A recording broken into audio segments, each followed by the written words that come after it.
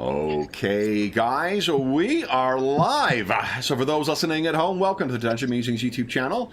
My name is Kevin Madison, and I'll be your friendly Dungeon Master this evening, because tonight, or this morning, I suppose, because today we are returning to a campaign we have not seen in, just shy of 3 years. We are a couple of weeks shy of 3 years since we last walked the tundra of the Icewind Dale.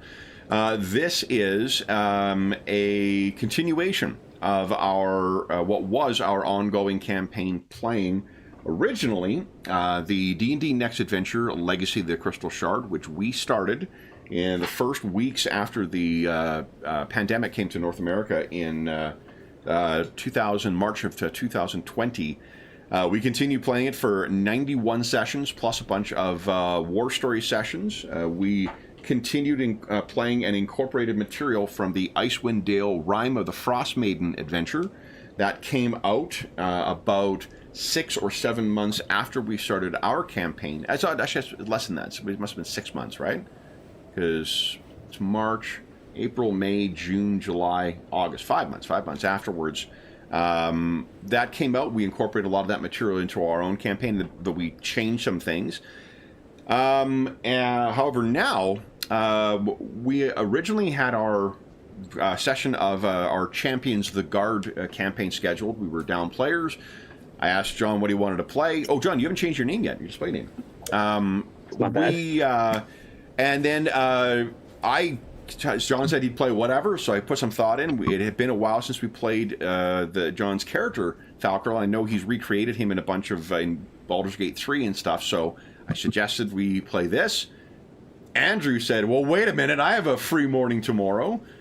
And then once Dave, at the start of the session last night, I pointed out what we were planning on playing, and Dave likewise decided to set his alarm. So we have 3 out of the 4 regular players we had in that campaign. One of the reasons that campaign did stall out is one of our 5th regular player unfortunately took ill, and he passed away in 2023. If you've seen us on the channel toast every time we mute or someone where we're toasting to Mo, that is to Mo. Mo Green was one of our players for that campaign. He was in almost every session up until he took ill, and that was one of the reasons we set this campaign aside. So why I mentioned that only because I thought it would be appropriate, as you guys have done, to toast Mo before we get going. So, to Mo? Oh, I don't have anything, but to Mo. This version that we're playing today, we have talked about returning to this game for about a year, at least a year now. I think it was last Christmas I was planning on trying to do something with it, and then that never happened. So this is using the most recent version of Dungeons & Dragons, D&D 5th edition 2024-2025. We have been using this version of D&D for our Night Below campaign, which was a parallel AD&D 2nd edition game back in the day. So the players are familiar with this game, but not these versions of the characters, because I only finished making them at about 2 in the morning last night. So it is 8:30 a.m. at the time of recording. So it has been a bit of a short night for me. But the plan for today, we are going to start playing an adventure, but a good part of our first part of the session is going to be getting ourselves resituated back in the Icewind Dale.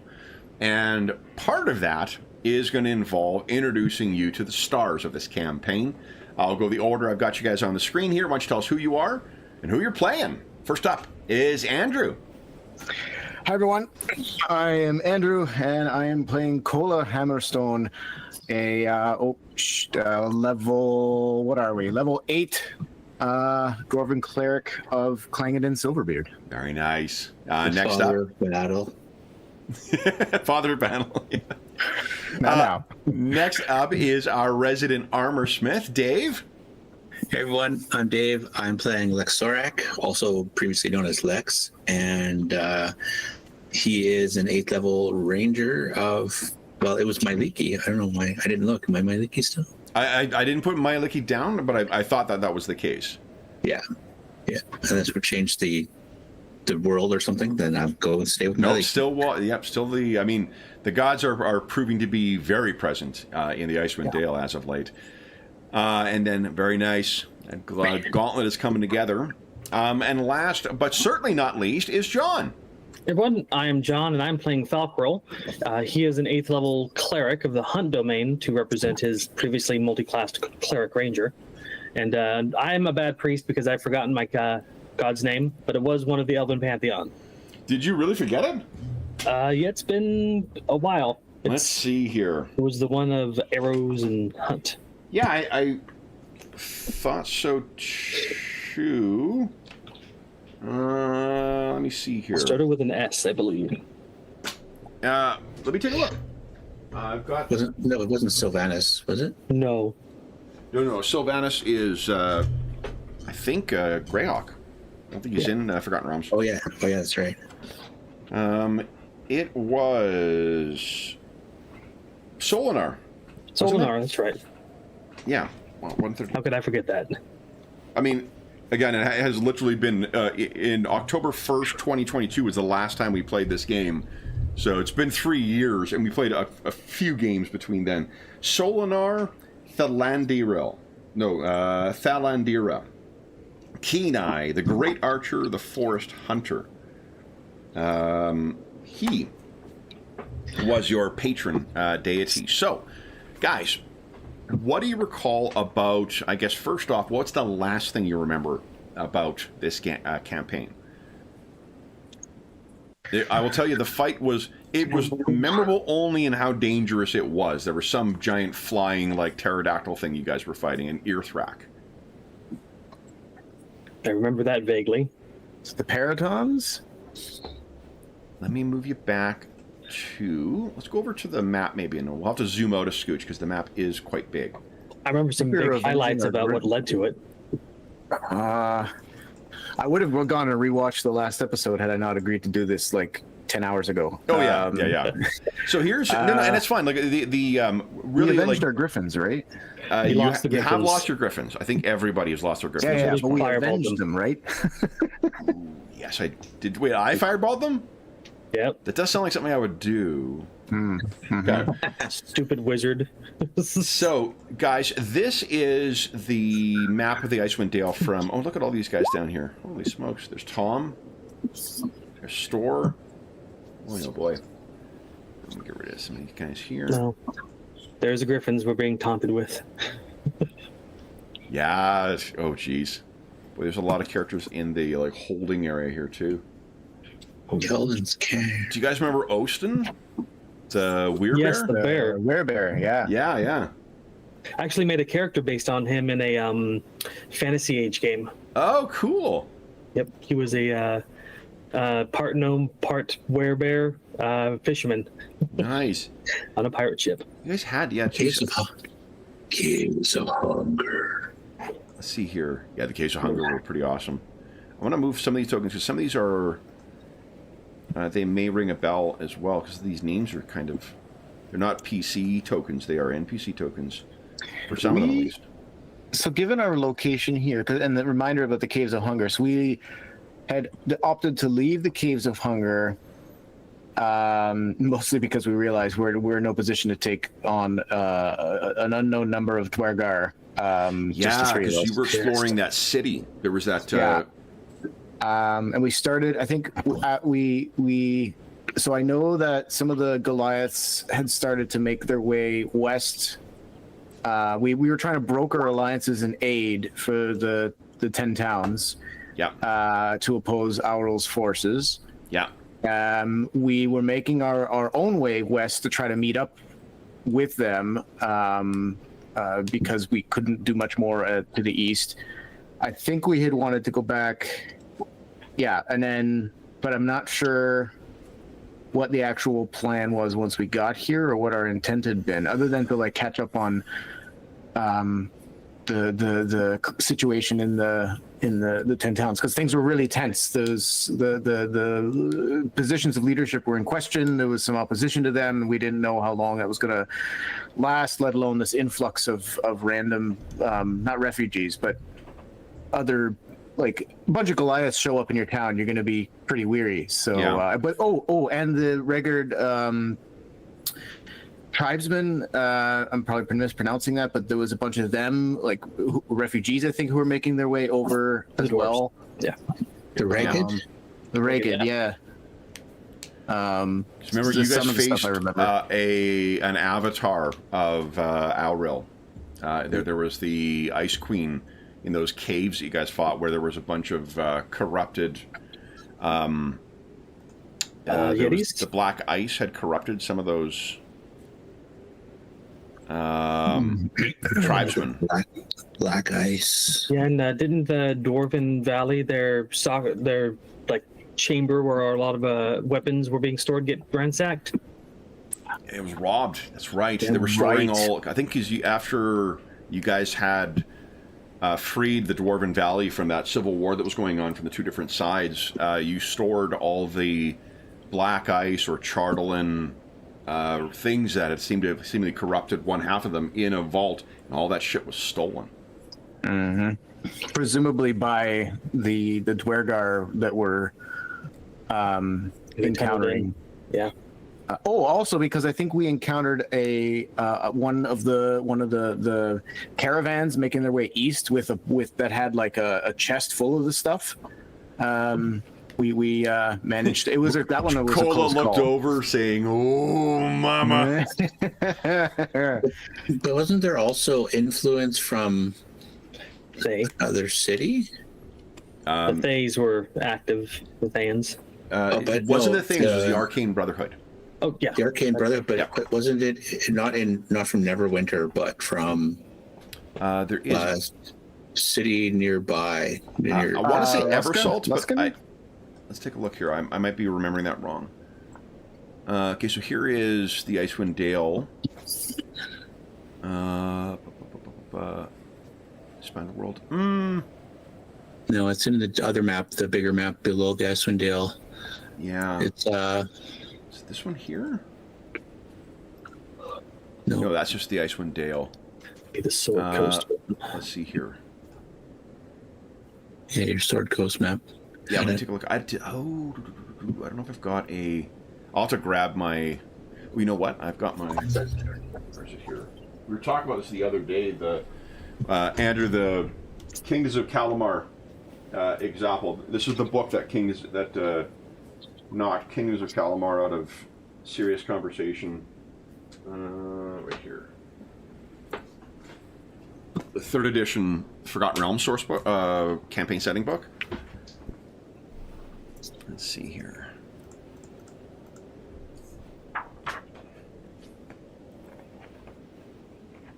I've got still. Do I have all 4 in here? I do. Nice. Dragon magazine published. So like the campaign setting came with its own copy of the map. But then Dragon magazine over the series of months published large versions. So there's 4 versions of the Forgotten Realms map from that. Luskan. Luskan, That's right. right. Yeah, so there were like That's right on my. brigands or pirates bands from Luskan and the Scarlet Brotherhood who were No, Arcane trying to Brotherhood. Arcane Brotherhood who were infiltrating the 10 towns Yep. and 'Cause you guys are, I trying think, to are wanted criminals, aren't you, in Bryn Shander? uh, Enemies of the High Speaker? Well, technically, yes. pretty much. Okay. Do you guys recall what happened at the Black Cabin? Yes, that there's a little artifact thing that we came across that was unstable and whatnot, and yeah, remember that bit. Is that on? There won't be on character. Is that in anyone's loot right now?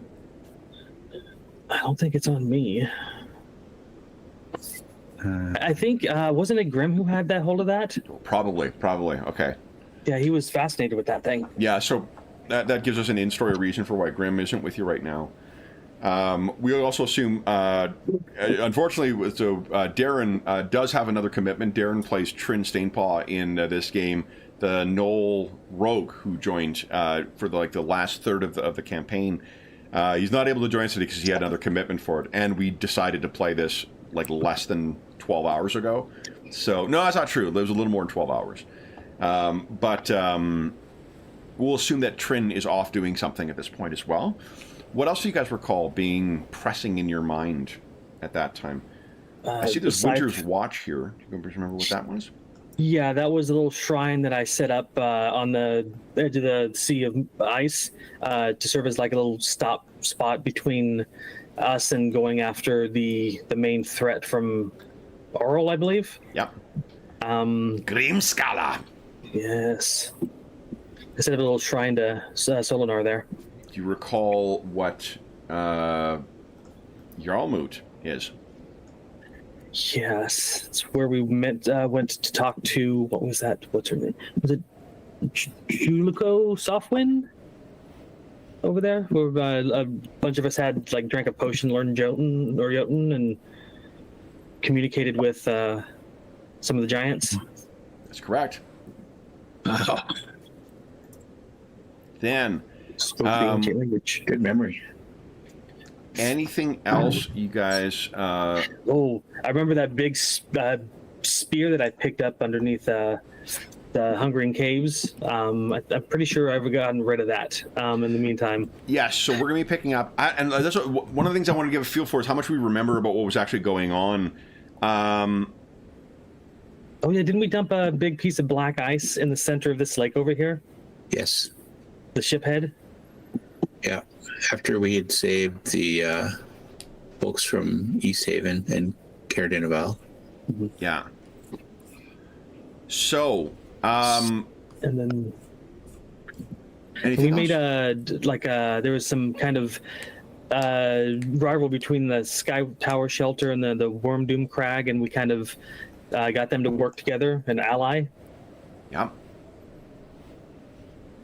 Yeah. A lot of fun stuff. So what do you guys recall about being the priorities for you at this point? There were some unusual, setting aside the whatever you found, those ruins that were past the Hungering Caves. You guys remember defeating Tekeli Lee as well? That was the vampire, right? Tekeli Lee was the vampire knoll, yes. Yeah. Remember that unmentionable presence down below the ice as well. It tried to warp our minds. Yep. Yeah, that one we just narrowly Escaped. tried to escape. Yeah. Well, and then, so we had thought that we were going to be able to confront Oral and fight her, and that would end the endless winter. But we realized there's no way that we could do that. Yeah, not after Tom got thrown off a cliff, and we had to spend the week bring him back to life and have him recover. Oh, didn't he get thrown onto the ice? Yeah, but he got thrown off the cliff, and we made a roll to see if he landed in the water or on the ice. I thought he spent a narrative metacurrency to save himself, so he didn't die, which is why he ended up landing on a boat or something like that. He totally died. We had he died for sure, but yeah, he didn't sink into the ocean. Is more what I mean. Yeah. Yeah. Thrown by a frost giant. Yep. Yeah. And we realized that we got to go back. There's no way we can defeat her. But at the same time, there was trouble in Bryn Shander and the 10 towns because they had an election, and the rival had become the new chancellor or whatever. Do you remember what the Arcane Brotherhood was doing out here? Because there were issues between the Brotherhood or representatives of the Brotherhood or Luskan and the dwarves. I just remember that Luskan chick fireballed us. I was really mad. Oh yeah, in the fight with Cola's uncle. Yeah, right before we fought Cola's uncle, that chick fireballed us, and we were all like roasty toasty and dying, and we're like, we can't fight him now.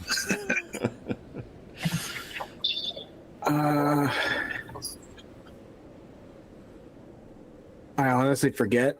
So what the Arcane Brotherhood was doing. I don't think you necessarily knew. You had consulted with a librarian in the Dwarven Valley to try and find out why they may be, curious here. There is a certain fallen empire that did seem to have a Yeah, go ahead, Dave. Sorry if you remember. No, I was going to say there was a fallen magical empire that there was ruins scattered all over. That was part of the ruins we were investigating. Netheril. In the Caves of Hunger. Yeah. And found magical items and that giant head that was talking. And then the old altar to the old god of magic. Yeah. Mistral. Yeah. I believe. Yep. That predates the fall of Netheril. You guys also may remember the first time you encountered that was actually in that inverted tower that you guys explored. That was right over here. Yeah. And we were running from a blizzard. Yeah, and you guys found shelter and found that thing. Let's see here. I'm trying to see what other things are in the handouts that show as being revealed. You guys do have a... What do you remember about your connection with... Hengar? He's the one who you guys freed, like right at the start of this campaign, who was going to be left out to freeze, an offering for Alro, as it were. Wasn't he one of the tribesmen? That's correct. And I think we sent him, give him some plies and sent him on his way. Is that correct? That's right. We met up with him later again when we encountered the tribesmen again. Wasn't that at Evermelt? Maybe, or I think it was west of before it? Evermelt, and then he agreed to meet us at Evermelt with tribesmen to help out. Yeah. And is 'Cause we that had where a the... group- Oh, here he is. Sorry, guys. I was looking for Kelly Lee. Look at that. Yeah, I remember him. Mm-hmm. Andrew's favorite. Yeah. Fucking con drain. Oof. It's a bitch. It's this. So then, do you remember whether you left the Ragged Tribesmen in control of, like, the ones allied with you guys in control of Evermelt, or is that still in the hands of the corrupted tribesmen? I feel like you guys did win there. Yeah. I think so. Sounds familiar. Maybe. Might have to watch some sessions for that one. Yeah, I need to Because refresh. I know some of the refugees that left, they were like, they were, shunned or sent away and exiled. And that's why they went to the Dwarven Valley. So Right, maybe that's that where was they were going. Okay. maybe that was a middle ground or something we negotiated with, because there was serious tensions there. Well, I think that might have been where you may have sent them there just for safety while you dealt with the issue in Evermelt, and then I think it sort of snowballed from there to you guys then going to the Caves of Hunger. Yeah, because I think we met them right along here on the way to Evermelt, and they'd been shunned and sent away. And Yep. we're like, we know a place if you can get there. Yeah. After Evermelt is when you went to Grimskala, and then after the setback at Grimskala, that's when you came back and went to the Hungering Caves, I think. Okay. So, yeah, right. so then I know where we are then. But we had learned something in the dwarves, because I remember when we were talking to Adric, which was like our first handout in the alphabetical order there. He was like a priest of a dwarven god of secrecy and knowledge or something like that. Yeah. Agent And is he- the man. Taken us to, because he helped us escape because we were all captured by Cola's uncle. Yeah. So when he helped us escape, though, he also brought, I thought it was Cola, to the library, to some like secret library that had information about the past. And now, was that just about the White Witch, or was there something else? I can't remember. I don't know if it was about Netheril or about, so he is Dumathoin, I think was his god. Dumathon? Yeah. Yeah, that sounds familiar. Dumathoin, keeper of secrets under the mountain, the silent keeper, the mountain shield. Right. Yeah, he did. He was the one who helped free you guys when you guys were held by Beric Hammerstone. Guys, remember the cloaker fight underneath the Dwarven Valley? Remember the giant slug? Yeah. It's pretty fun. All right. So, what do you think? Let's assume that like 5 months would have passed here. So we can assume if you've checked back in either using magic or because you guys have, I can't remember the distance for message, but there's like message is the low level ability, and I think there's a higher level ability that allows you to communicate over longer distances. Or I might be confusing the two.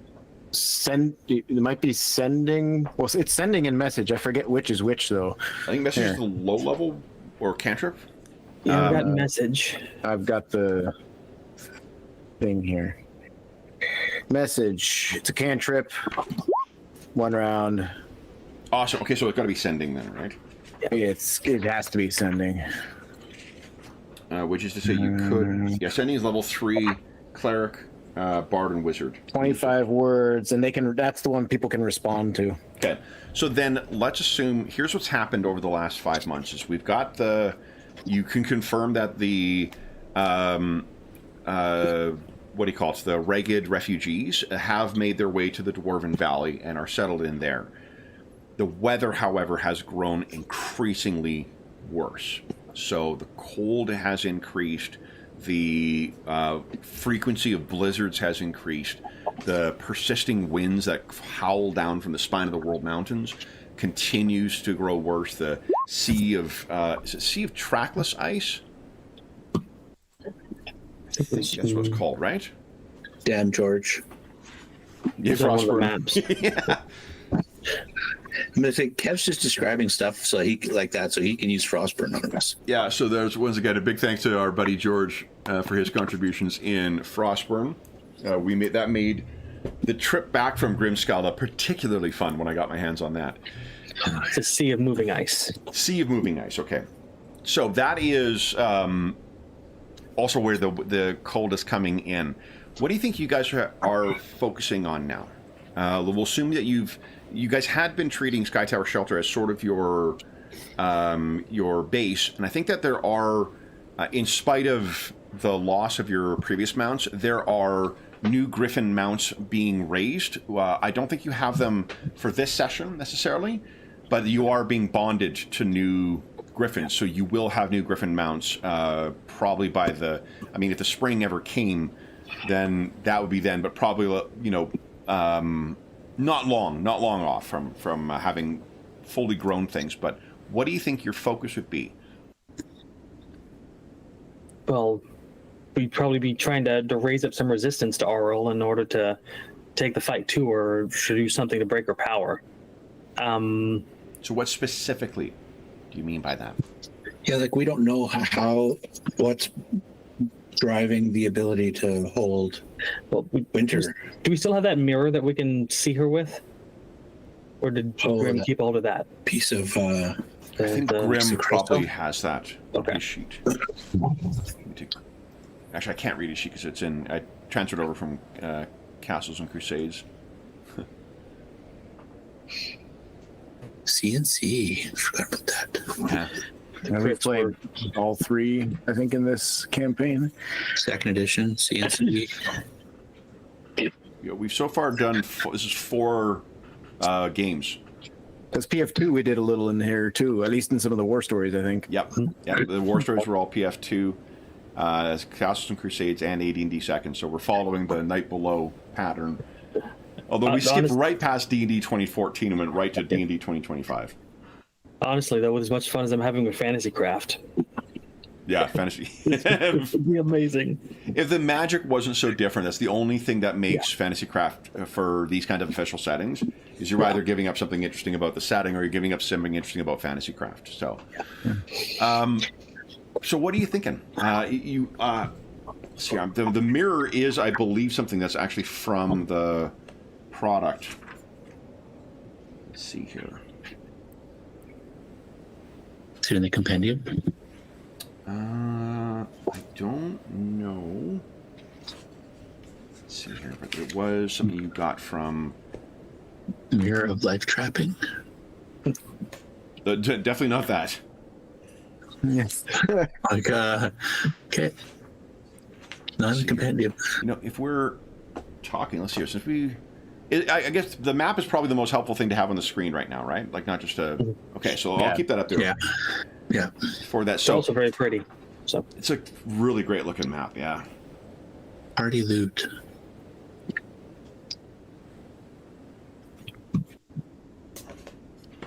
Yeah, Moot. I think that's where you got the.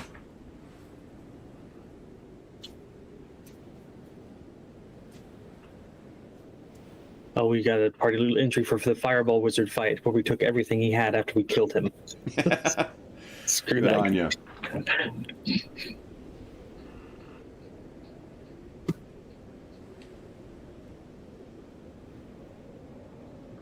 Okay, I'm just trying to find that here. Let's see. Oh, we had some silver dragon wings that we had. I wonder who we gave that to.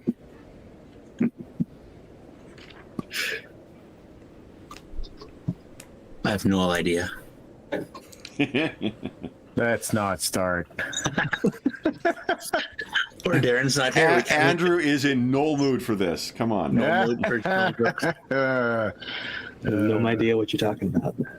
That's a spirit. Okay. Come on, Andrew. Just do one. We'll let it go.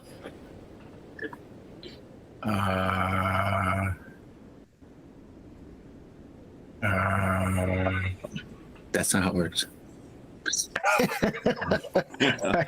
Used to Think of know. a good one. Well, none of them were good ones. Just gonna throw. Yeah, it's fair. I suppose you could say I have no inspiration. There There you we go. Now, having traversed the player and DM. Well, if Darren was here, we'd have an old with inspiration. Yeah. No more. I think we're done. So I think that's.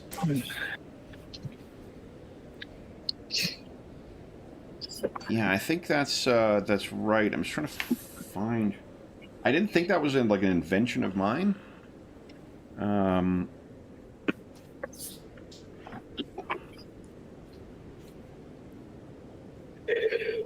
Oh man, I miss this game. So many memories here. I think Grimskala was originally a giant hold as well, or is a giant hold. And that's, I think, why you went there. You guys remember the giant with the anvils on the end of a chain? Vaguely. Yeah, I mean, some of your characters were knocked unconscious by it, so it's not. It's not hard to remember when you have memory issues when you've been hit by an anvil. Yep. Okay. So here is. I can't find it. I think that's the case. I think there is a.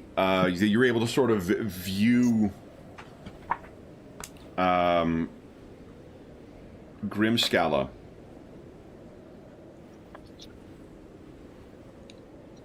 Would you have that with you, or would you have that stored at Sky Tower Shelter, do you think?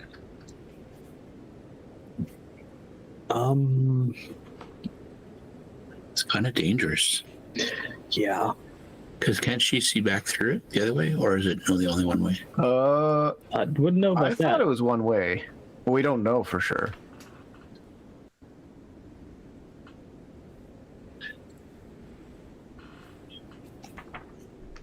Well, I mean, narratively, Grim is away doing research on that, like that fire magic item, and maybe he could keep hold of that shard of that as well in order to see if he can research on it. Oh, it's a magic item, isn't it? If it doesn't break in shards. Oh. Yeah, I'm sorry, the mirror. Yeah, Yeah. I got shard in my head somehow. Oh, okay. That's why I thought you were thinking of like taking a sample off of it. Like, oh, that's possible, but it probably would break it as well. So Yes. he's got that there. He's got the summer star. Summer Star, correct. Yeah, remember the damage that thing did? Listed as the object in the handouts. Right. So good. The object. Found only because I was flipping through all of them. I was actually looking for it before, too, and I was like, I don't know why I didn't name that. All right, and then there was... High Speaker Vesta Shane, I think is... Oh, no, that was the good She's ally the one who one. got. She's the one who got taken out, right? Or like Right. removed from office. That's right, yeah. Yeah, and it is...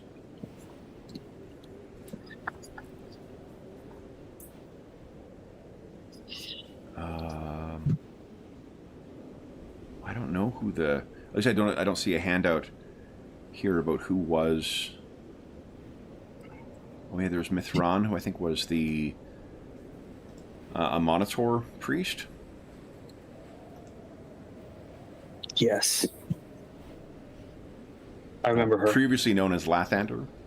And actually, Lathander, technically in the fiction, was previously known as a Monitor, so... that god changes their name fairly often. Alright, so then, guys... Let's go visit Bear Hammerstone, so Kev can do Dwarven voices. Bear Hammerstone! So... Let's just talk. So you want to be resistant. The weather has been getting worse.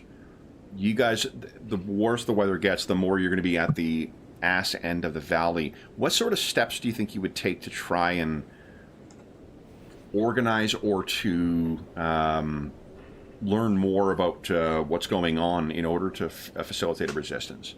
What do you think? And I guess, is it strictly Alro that you are facing? Or is Auril just the most prominent adversary that you're facing? I think she's just the most prominent. Yeah. Because the Arcane Brotherhood is a separate enemy. Okay. I think yeah, go ahead. I think we've resolved all the diplomatic issues over in this area, so this is like a safe space-ish for us. Except for the Netherese city below. That's going to be a problem. Yeah, we even got the two tribes of Goliaths to tolerate one another. Yeah. Sports will do that, I suppose.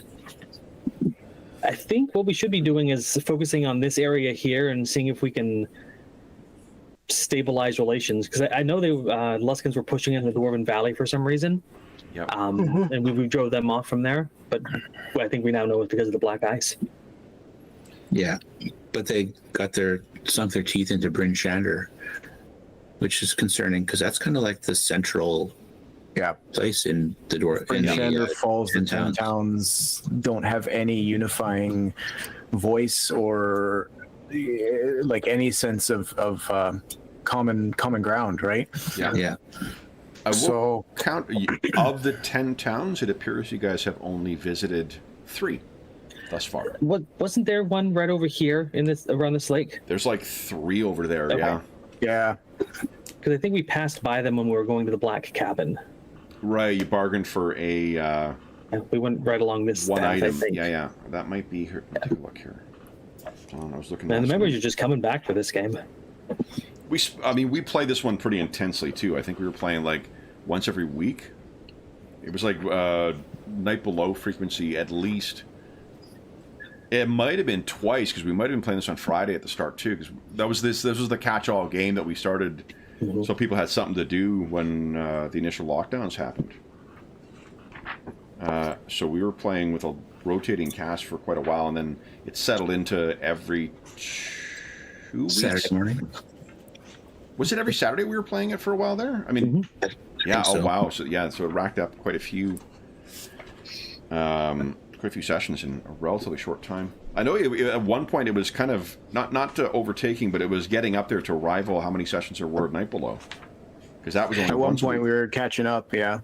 One of our viewers says, returning to an old campaign, maybe I should go back in 91 episodes? Maybe not. Those are the first session of it is, I think, one of the few times we've had either 9 or 10 players in a session. So that, if for nothing else, the chaos of that one session was... Oh, that was crazy. Then my character almost died to some wolves in this, second session? Something like that. Yeah, but he seemed to go charging up into some mob boss's hotel room with only 2 hit points and threatening people. Right, I recall that. And this was all, we said this off before we went live, but that was also my very first time playing with anyone on this channel, that session. And so I was immediately learning a lot of things about the players behind the characters in that session. John, he's just 2 hit points. He's gonna. He's making that choice. Well, that's a choice. Okay, cool. And you know what? Yeah, that was true to character. Have you seen that? I tend to play a lot of characters that do some crazy stuff when they get real low on life in order to help everybody. Yeah, it's kind of a running theme for me. Yeah. Yeah. Okay. Lonelywood is the place you guys have went right. to. So I'm just going to put a... Man, still that fight with Cola's uncle, where everybody was just getting knocked down. Someone was I think it was Hobbs' character was dangling from the edge of the wall, and Lex was just popping there. He was looting bodies for arrows to shoot at them. That was awesome. I had to run to a corpse and roll. Kev had me roll something to see how many arrows I could recover, and then. Oh, I'm out of arrows. Lex is another ranger, and he's down. Yeah. Yeah. Wasn't it? Yeah, and Hobbs was hanging out. You may have said this already, but I think Hobbs was hanging off the edge the whole time as well. Yeah, like 1 or 2 rolls away from just falling to his death. I think we were using there were some death saving throws that were getting real close.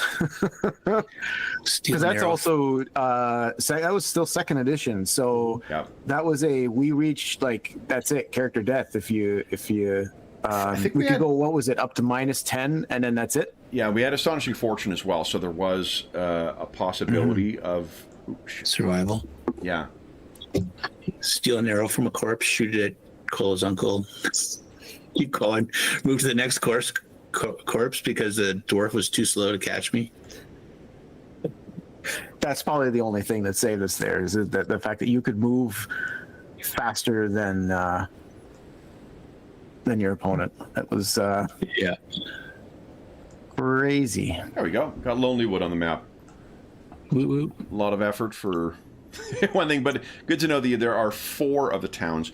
Now, there is, so Caer Naval and Caer Konig are the 2 ones. One of our war stories took place at Caer Konig, which is right around there. Yeah, somewhere.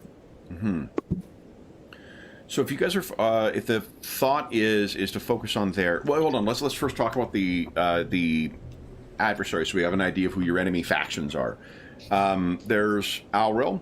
There's the Arcane Brotherhood. Who else? The Luskins. The Luskins? Are the Luskins connected to the Arcane Brotherhood, or are they separate? I thought the Arcane Brotherhood was from Luskin. I think that sounds more accurate. Yeah. So we got Arcane Brotherhood, we got Alril. What else? The Dwergar. Yep. Yeah, the Dwergar for sure. Well, though there's a possibility that those 2 are connected anyway, the Auril and the Dwergar, but we don't know anything about that, I think. The Gnolls, I think, are pretty much pacified. We've dealt with, because it was not just the vampire. The vampire had taken over and corrupted. Was it what's the character's name? Darren's character. Trim. Yeah, he had corrupted and taken over the tribe, and there was also an infighting and kind of civil war situation within his tribe too. And I think we helped him on one of the war stories. I think we helped him deal with that. Is that Wormdoom Crag versus Sky Tower Shelter? Or he's thinking of the Gnolls.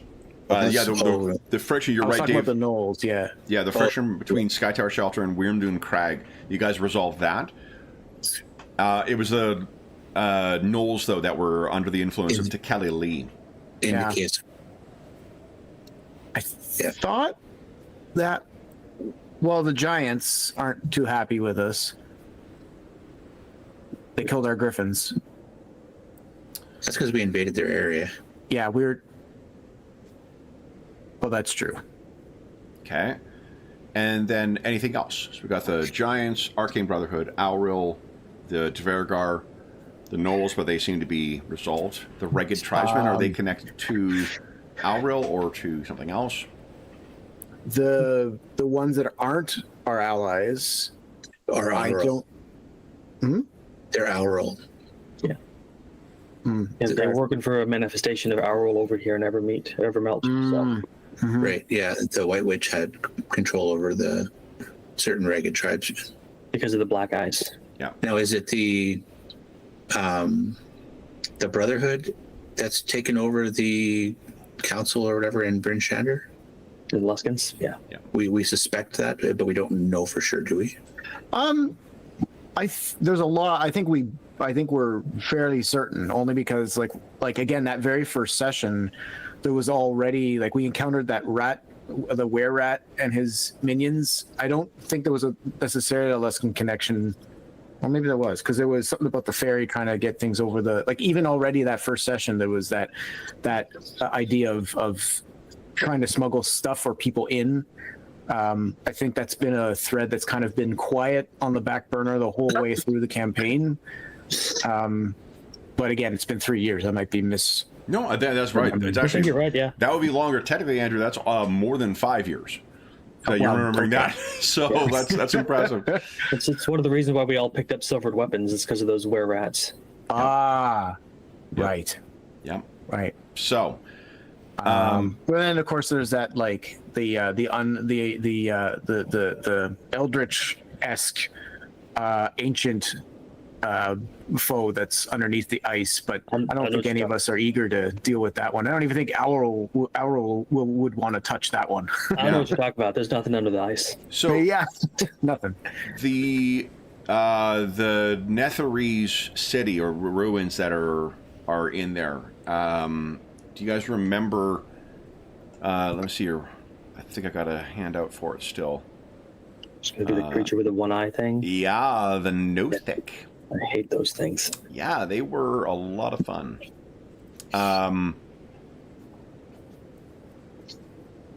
So I don't necessarily think that is a threat that you guys are facing, but it is a factor in whatever is going on here, because it seems like one of the reasons the Arcane Brotherhood, with the support of the 10 towns, was trying to lay claim over parts of the Dwarven Valley, you guys had suspected was relating to the Netherese ruins. So there's the Netherese ruins that seemed... You've come across at least 2 here. I think Adric may have shown you another one. There may have been something in the Dwarven library as well. I don't remember what it was, but there was something... I'm pretty certain that he had given you some information about, there was some kind of Netherese ruin somewhere here, and the dwarves were at least familiar with some of the magic items or some of the artifacts that were taken from them. If there's a Netherese city beneath the Dwarven Valley, I think we should find that thing. The dwarves, you guys have been pretty deep beneath. Remember, you went through the deep roads to get from one side of the valley to the other. You've not seen any Netherese ruins down there. Okay. There's some that seem to be underneath the packed ice there near the Caves of Hunger, and there's that other one that was buried, but not so far buried that you weren't able to access it pretty much directly from the surface without having to excavate. So, of the 4 adversaries that you guys have mentioned there, so Auril, Arcane Brotherhood, the Dvergar, and the Ragged. That's your 4 factions, right? Yeah. Which of those is the thing that is going to be concerning you? Assuming that you can't take the fight directly to Auril right now, is the focus on learning more about potentially facing off against Auril, or do you want to focus on one of those other present threats? If we go after the Arcane Brotherhood and win back the 10 towns, we increase our strength overall and our ability to confront Auril in some kind of, even draw her out into an actual battle. That's my thoughts as well. Yeah, I agree. There's never mind the fact that we can't do much about Auril just yet. What's the point in saving the 10 towns from her if the 10 towns has just become corrupted and influenced by some outside body that's going to destroy life there anyway, right? We're doing this for them in the first place. Well, Cola's also doing it for the Dwarven Valley, because this is his home after all. All right. Also, Cola died. And he came back though. Yeah. You I got just better. am now remembering The big worm. we're outside the dryad, the little dryad, wherever it was, her little home. Yeah. Where we had the purple worms or something like that we were fighting. Yeah, and I need to plant. I think I need to plant her seed somewhere, so she can get out of that freaking ruin. John, this is a family show. Come on.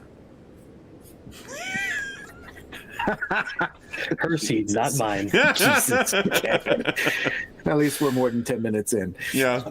Although I realize I'm pretty sure I mentioned that this campaign started during the pandemic in that first 10 minutes, so it's very likely we're going to have a little like prompt underneath it that's going to be about the COVID pandemic. Because that shows up on some YouTube videos when it's a topic of discussion in it. So we'll see. It'll be the first time that ever happened in it, but it's, I feel for anybody who runs a board game channel and has to talk about a certain game of the same name. Yeah, really. Jeez Louise. So I think, yeah, I agree. 10 towns. Let's deal with the Luskins. So do we want to go into Bryn Shander, or do we want to investigate the status of the other towns? I think we're wanted criminals in Bryn Shander, aren't we? Yeah. Yeah, because we were supporting the previous speaker. Yeah, so we're not going to be friends. Maybe we stop. I mean, maybe it's on our way anyway. Maybe we make our way first to East Haven, see what we can learn about what word has reached them about what's going on. Maybe if there's any sort of Luskin influence there, they're maybe less like widespread. Maybe we can deal with them. I would also say like East Haven or Lonelywood are also the closest. Well, I don't know because not all of them are on the map, but they're of the ones I can see. They're the closest to Bryn Shander. If Devessa Shane was ousted, I don't think she'd be sticking around. Why don't I do this? I'll. It's not going to be quite as good as having the names on there, just because I don't want to spend another 10 minutes just naming everything on here. What I will do is, I think I've copied I can pop a copy of the map into the Discord for us. Oh, it's okay. I've got that's fine. I've got I think I've got a handout for you, but I can actually put on here. I'll put dots where the other ones are, and we can just put names to them as needs be. Sure. So, let's see. Yeah, I thought as much. I was like, there's a 50% chance I grab the dot, and there's a 50% chance I grab the whole fucking map. And I grabbed the whole map. So when I tried to post it. Oh my goodness. Okay, let me zoom in a bit and not be such a dumbass here. All right, so can you guys see the three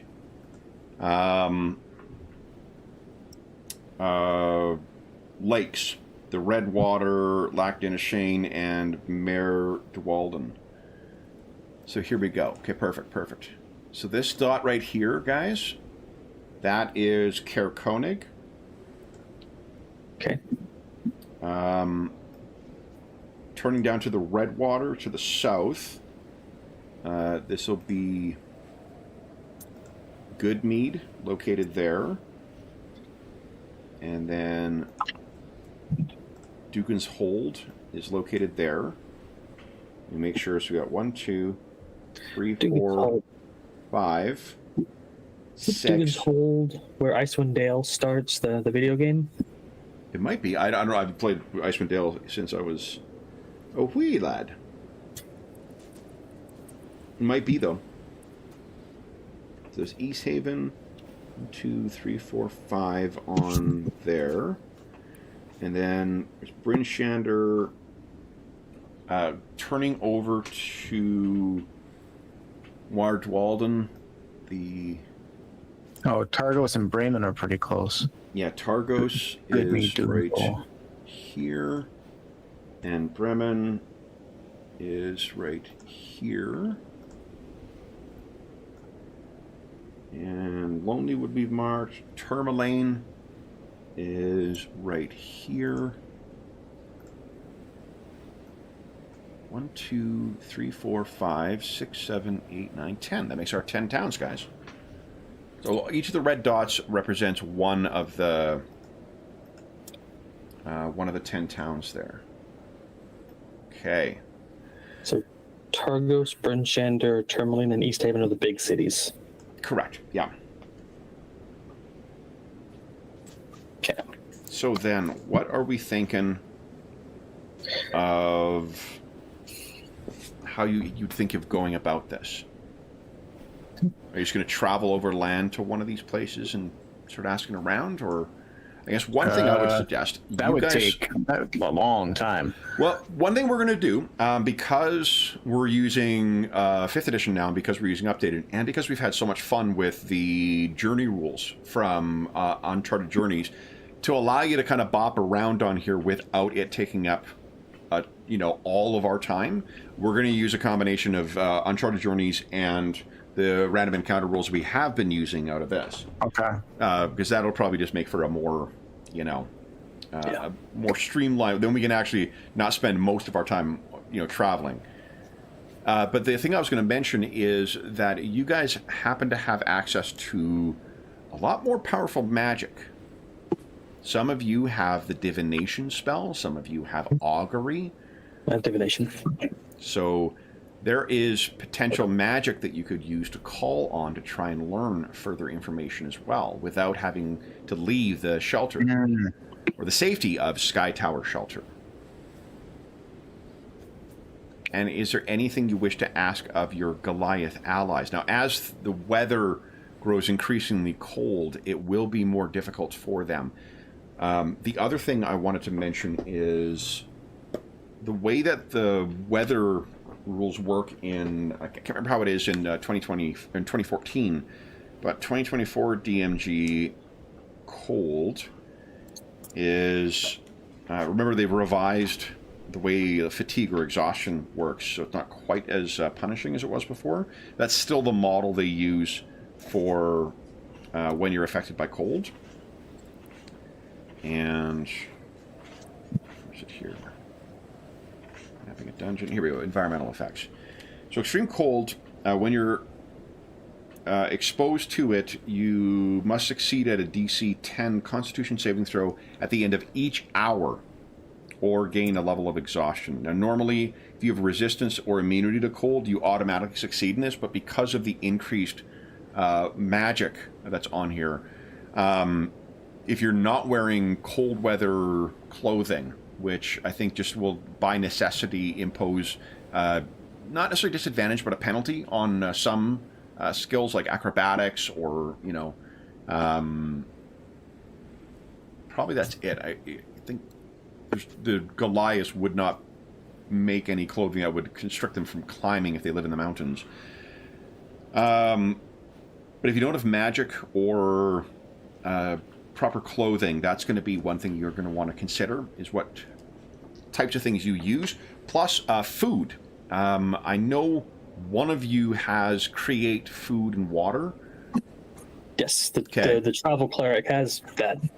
Both of us, in fact. But I mean, that's enough to survive on. It's bland. It's extremely bland food. So it's more of a it'll keep you going, but it's not gonna it's not really nourishing.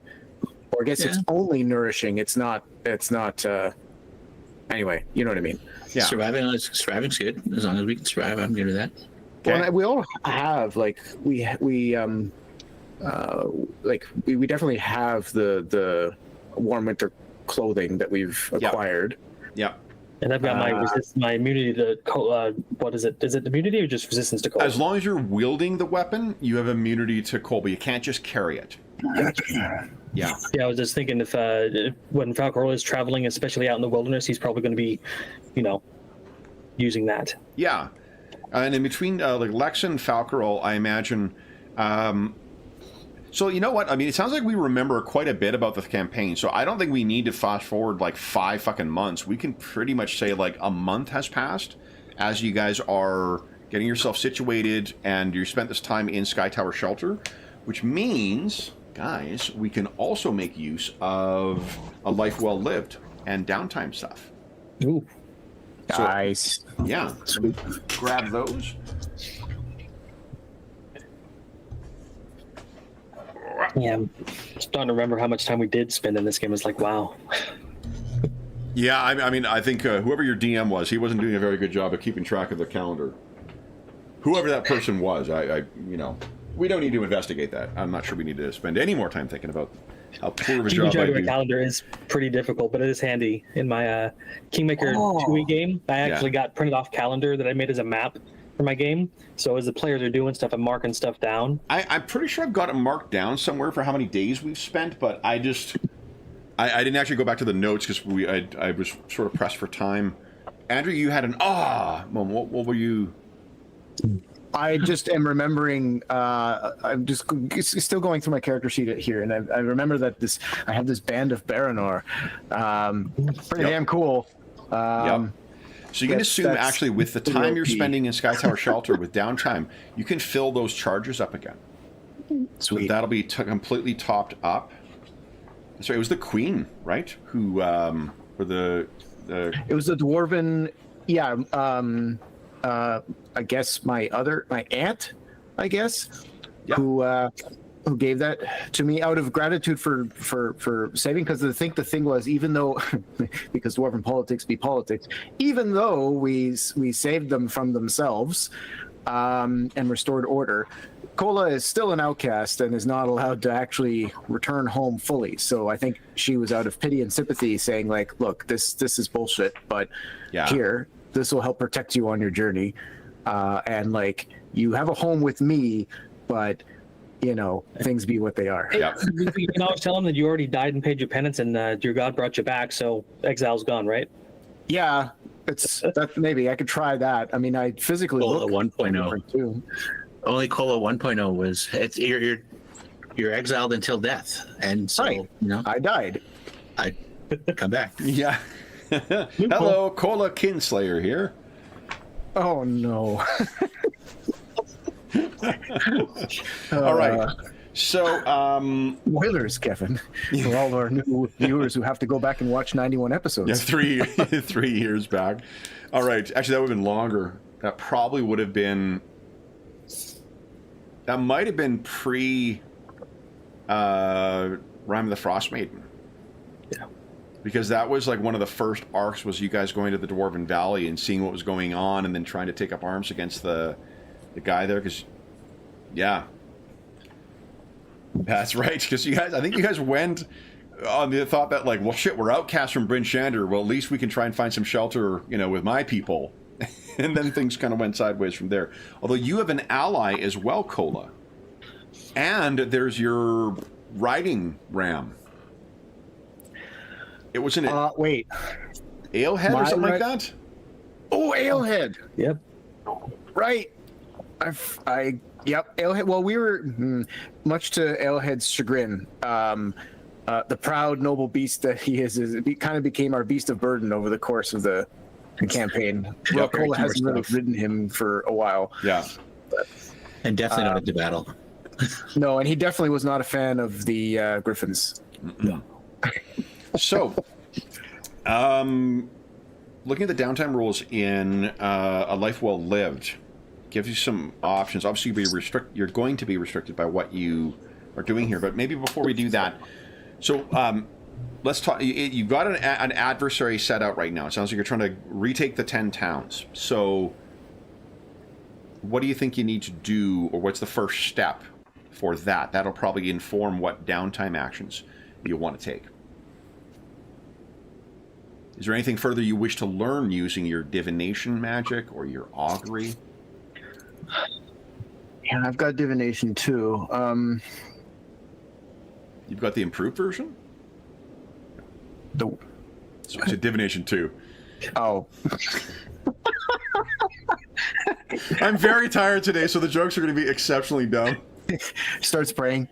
Hello, thank you for calling. Clangeddon Silverbreed Enterprises. Your call is important to us. For Divination 1, press. Should we ask about, because we're making a few assumptions about Bryn Shander and the current situation. Should we ask maybe for more specifics about, do we know, But then what? Well, the spell says we can ask about a specific goal, event, or activity within 7 days. Like we could start asking about what's going on in Bryn Shander. No. Yeah, the distance. So as the griffin flies, if you did go all the way back to Bryn Shander, that's about 50 miles, give or take. Yeah, they were pretty fast. They were I pretty. imagine the weather's going to slow them down slightly, though. Well, also you actually, and you don't have grown griffins at this point. Yeah. They are fledglings. Because I think we were able to make it all the way to the Dwarven Valley from here in like a day. It was a substantial change over trudging over land for it, because the weather and the environment have an impact on it. Here we go. Travel distance. All right.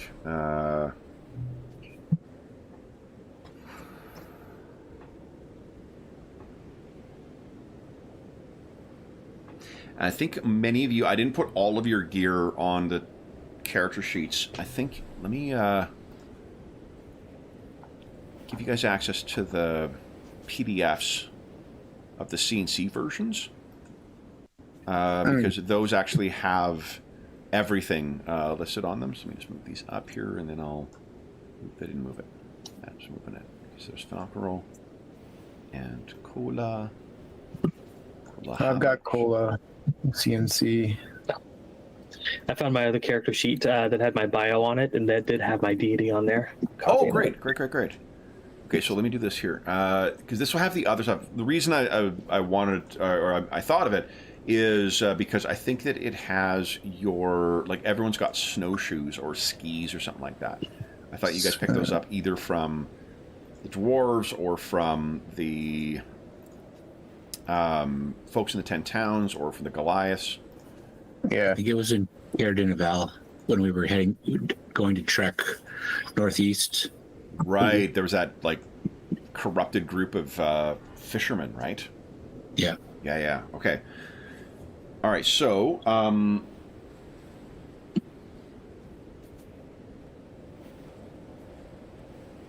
so that is on land, not counting the fact you have to go through some mountains, and you're going to have to go through some over, the Lactin Ashir. It would be about 5 days. Factoring in the absolute dogshit weather, factoring in the, for the most part, the terrain. So that would be to. It's probably going to be about a week, I would assume. Like, if having to move around and cross these rivers that are in here, about a week's worth of travel, absent any other mitigating or ameliorating factors, or aggravating, I guess. Ameliorating or aggravating. Kat, did you just use an excuse to use the word ameliorating? Yeah.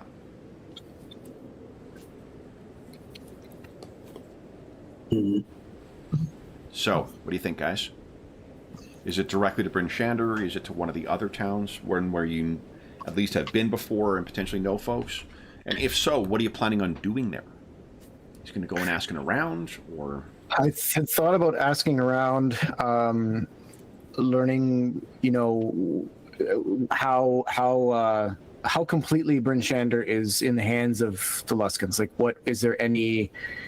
Is there still tensions? Are there just as many people who are against this as for, or have they basically taken over the town and everybody's just quietly keeping themselves safe? Yep. Have people left Bryn Shander? Like, is there a bit of an exodus or not? What are the attitudes of the other towns towards this change? That kind of thing would be good to know. Okay. I don't presume to think we can just divine or ask about, hey, tell me where to really hit the Luskans to make them hurt the most. So we'd have to find that out through roleplay, I think. So what do the auguries say? I don't know. It says, do your job? Huh. Yeah. No. So You mentioned this before, Andrew, in passing, but it's to emphasize the most influential of the 10 towns. Like, they all have an equal seating at the High Council, or the council where the High Speaker is elected. But Brinchander, Targos, and East Haven are the 3 most influential, or at least the 3 largest of the towns. So if you're deciding where there may be some counterbalance, or a potential adversary, rivals of similar size are, even though they all work together, there's going to be inevitably some friction. So, and those 3 are the 3 sort of bottommost ones here. Well, what we could do is, both Krola and I have access to divination.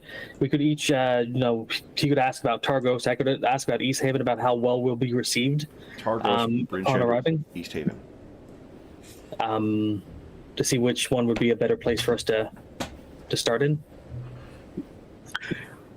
And which one? Was it not Bryn Shanner to where we had sent the Reged and Goliath allies who had agreed to help? Oh, they went to the Dwarven Valley. Oh, right. Yeah. Right. Okay. There was an army that you guys smashed at the northern tip of the Dwarven Valley as well. Yep. Several months ago. Solinar blessed an arrow that shot into the mountainside and caused an avalanche. That's true. So there is one other factor that's in here, because there was someone you guys had either heard about or encountered while under there. Is it that necromancer guy? That is correct. Oh, he ran off.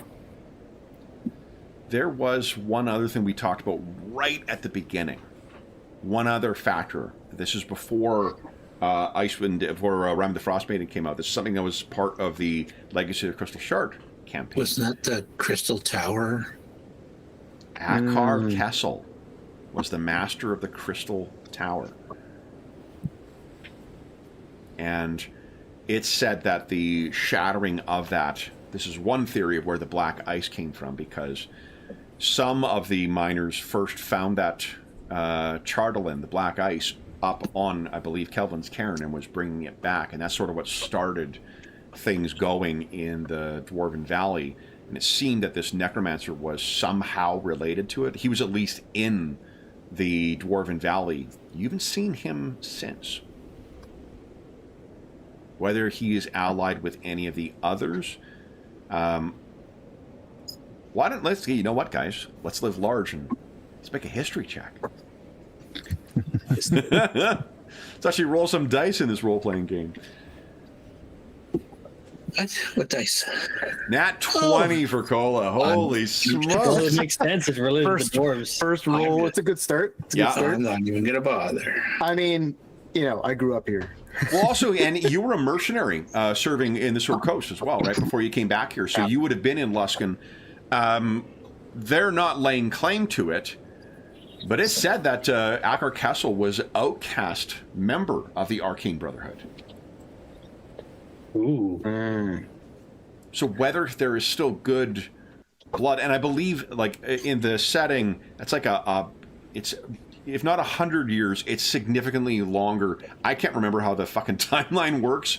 When 4th edition came out, it jumped forward like 100 years, and then it added another plane, and they decided that didn't happen or something in 5th edition. So when the forthcoming release of the Forgotten Realms books may give us some clarity on that, but I think, let me see here, as far as, okay, so it's 1485 Dale Reckoning, and the Crystal Shard happened. Got my, where is it? Realms guide here. Here we go. Complete history of the realms. Let's see here.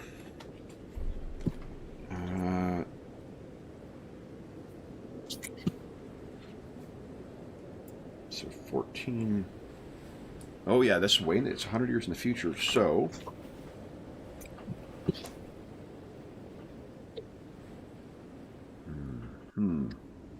Marty McFly did it. Time travel has a surprising presence in the Forgotten Realms, to be honest. Okay, so Brunor Battlehammer gave up his throne like 90 years ago. So the Crystal Shard was before the Time of Troubles, which is 1358. 1357. It's about 100 years, guys. Ago. Yeah, when the let's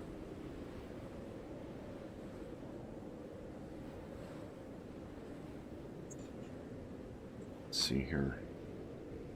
Civil War in Zental Keep. Maybe even more, my goodness.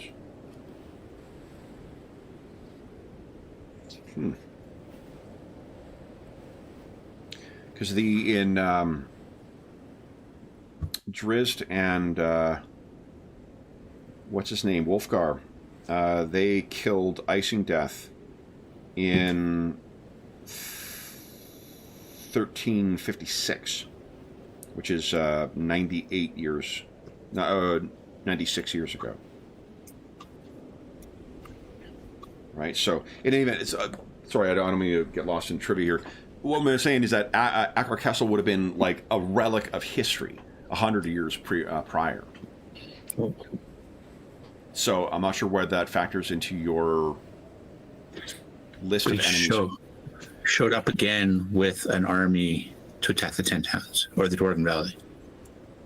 That army had someone behind it that seemed opposed to you guys overthrowing the things. And it was a miracle of Falkrul's god, I believe, that brought the avalanche down on them, right? Yeah, there was, I think, a dragon flew over us. There was an aspect of Auril or something involved, and then they didn't get involved. They flew off, but... Yeah. So, sorry, because I thought of that, I forgot, because I think we haven't seen that resurface after that first year of the campaign. Where are you planning on going then, guys? We were talking about the big places. There's East Haven, Targos, and Brinchander. You could also try a smaller place where you've met people. I think you at least know people at Caer Dineval.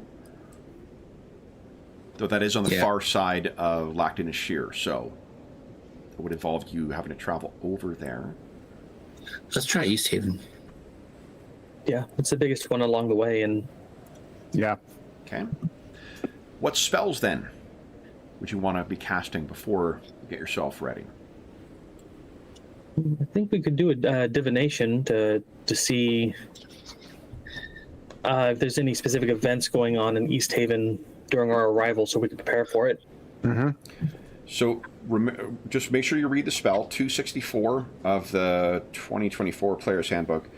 You puts you in contact with your god. You ask one question about a specific goal, event, or activity to occur within 7 days. The DM offers a truthful reply, which might be a short phrase or cryptic rhyme. The spell doesn't account for circumstances that might change the answer, such as the casting of other spells. If the spell is cast more than once before finishing a long rest, there's a cumulative 25% chance for each casting after the first to get you no answer. So okay, so this is less about scrying and say what's the current situation, and more about predicting future outcomes. Yeah, and we talked about this before, so forgive me for just repeating day job stuff, but remember the difference between an open question and a closed question. Closed question tends to presume it answered, but it will narrow the response to being something specific. An open question allows a lot of leeway in the answer and rarely gives a helpful answer, particularly when you don't have the opportunity to get a long, expansive narrative with this. It's a short, cryptic answer you're going to get. So if you ask an open question that is too broad, you're going to get nothing but DM bullshittery. Okay. So something along the lines of our goal is to make our way to East Haven within the next 7 days. How well received will we be upon arrival? I think have to be more specific than that. Maybe if we arrive at East Haven within the next 7 days, maybe ask,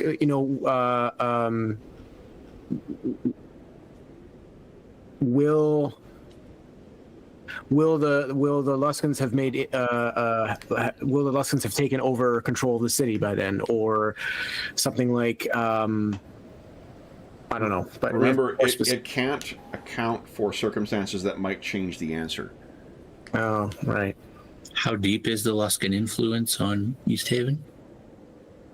Because even if you say, is it, says yes, okay, well, we kind of assumed that anyways. But if you say how much, then even if the answer is short and cryptic, we can at least have some kind of gauge on how deep the influence is. I don't know. Just throwing that out there. So you guys will have at least, I'm going to assume, you've got a month where you'll be doing downtime stuff, even casting once every couple of days. Figure you got 20 questions you can ask. Oh, wow. I mean, you got 2 priests who are capable of it. It only requires 25 GP for spell components. Even if you're restricting yourself to once per day, you guys are certainly able to do that and still have 1 or 2 4th level spells left over, right? So right. I'm fine with you if you want to start going through and casting them, getting your responses. I'm just going to double check and see what's going on in East Haven. A Fang Dragon, really? Huh. So did I say that out loud? Never mind. It's specifically a question we're going to ask about, though. Is there a Fang Dragon in East Haven? It's a very specific question. Will there be within the next 7 days? Is said Fang Dragon frozen? Ooh, frozen undead Fang Dragon. Love it. There's always been one beneath the city. Mm-hmm. So here's just a refresher of what you guys know. And Cola may have refreshed your memory because he was familiar with the, if not the actual layout, at least the reputation of the 10 towns. So walking into East Haven is like stepping into Icewind Dale's past. The place is a living example of the boomtown way of life that gripped all the 10 towns centuries ago. In the generations since, as other towns have settled into their predictable pattern of existence, East Haven has continued to grow and reinvent itself. After the East Way was paved, East Haven evolved into a frontier trader's paradise, fueling the jealousy of its neighbors. East Haven's founders were thieves from the Duchy of Cape Velen on a peninsula far to the south. They refused to kowtow to a powerful thieves guild and were driven out, and to this day, East Haven honors its shady founders by declaring pickpocketing legal within the town limits, which explains the watch thy pouch signs posted in various local establishments. So that's sort of, East Haven is the, dive bar of the 10 towns. Never has the 10 towns seen a place of, Exactly. nor you won't find a better place of scum and villainy or whatever. A more wretched hive of scum and villainy. Hive of scum and villainy within the 10 towns. Yeah, absolutely.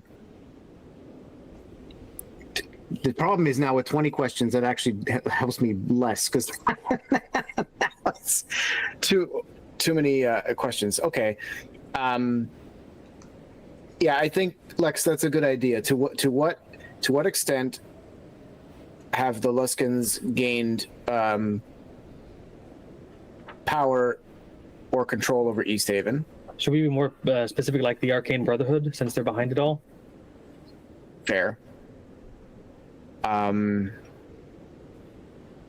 Has there been any exodus from Bryn Shander to East Haven? Or we always have to phrase it this way: will there be any refugees from Bryn Shander in East Haven when we arrive? Okay. Is that one of your questions? I think those are two of our questions then. Okay, so here I'll start Actually, running a tally here. we could ask specifically about the ex-leader. Yep, I figured that would be a separate question because we want to be. If we have 20 questions, we might as well use other questions to dig deeper, right? Because some of the answers we get might influence questions we ask after. Yeah. Okay. Once you have your question formed, why don't you put it in chat, actually? Make it easier for me to respond then. Great, yeah. Here, lawyers are going to lawyer. Here you go, viewers. Kevin wants very specific wording. That's why I don't play a diviner. My mind isn't made for that. I disagree. You do really well in mysteries. I think you.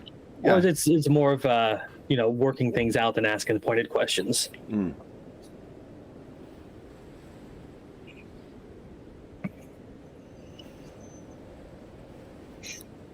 Let's see. Event activity.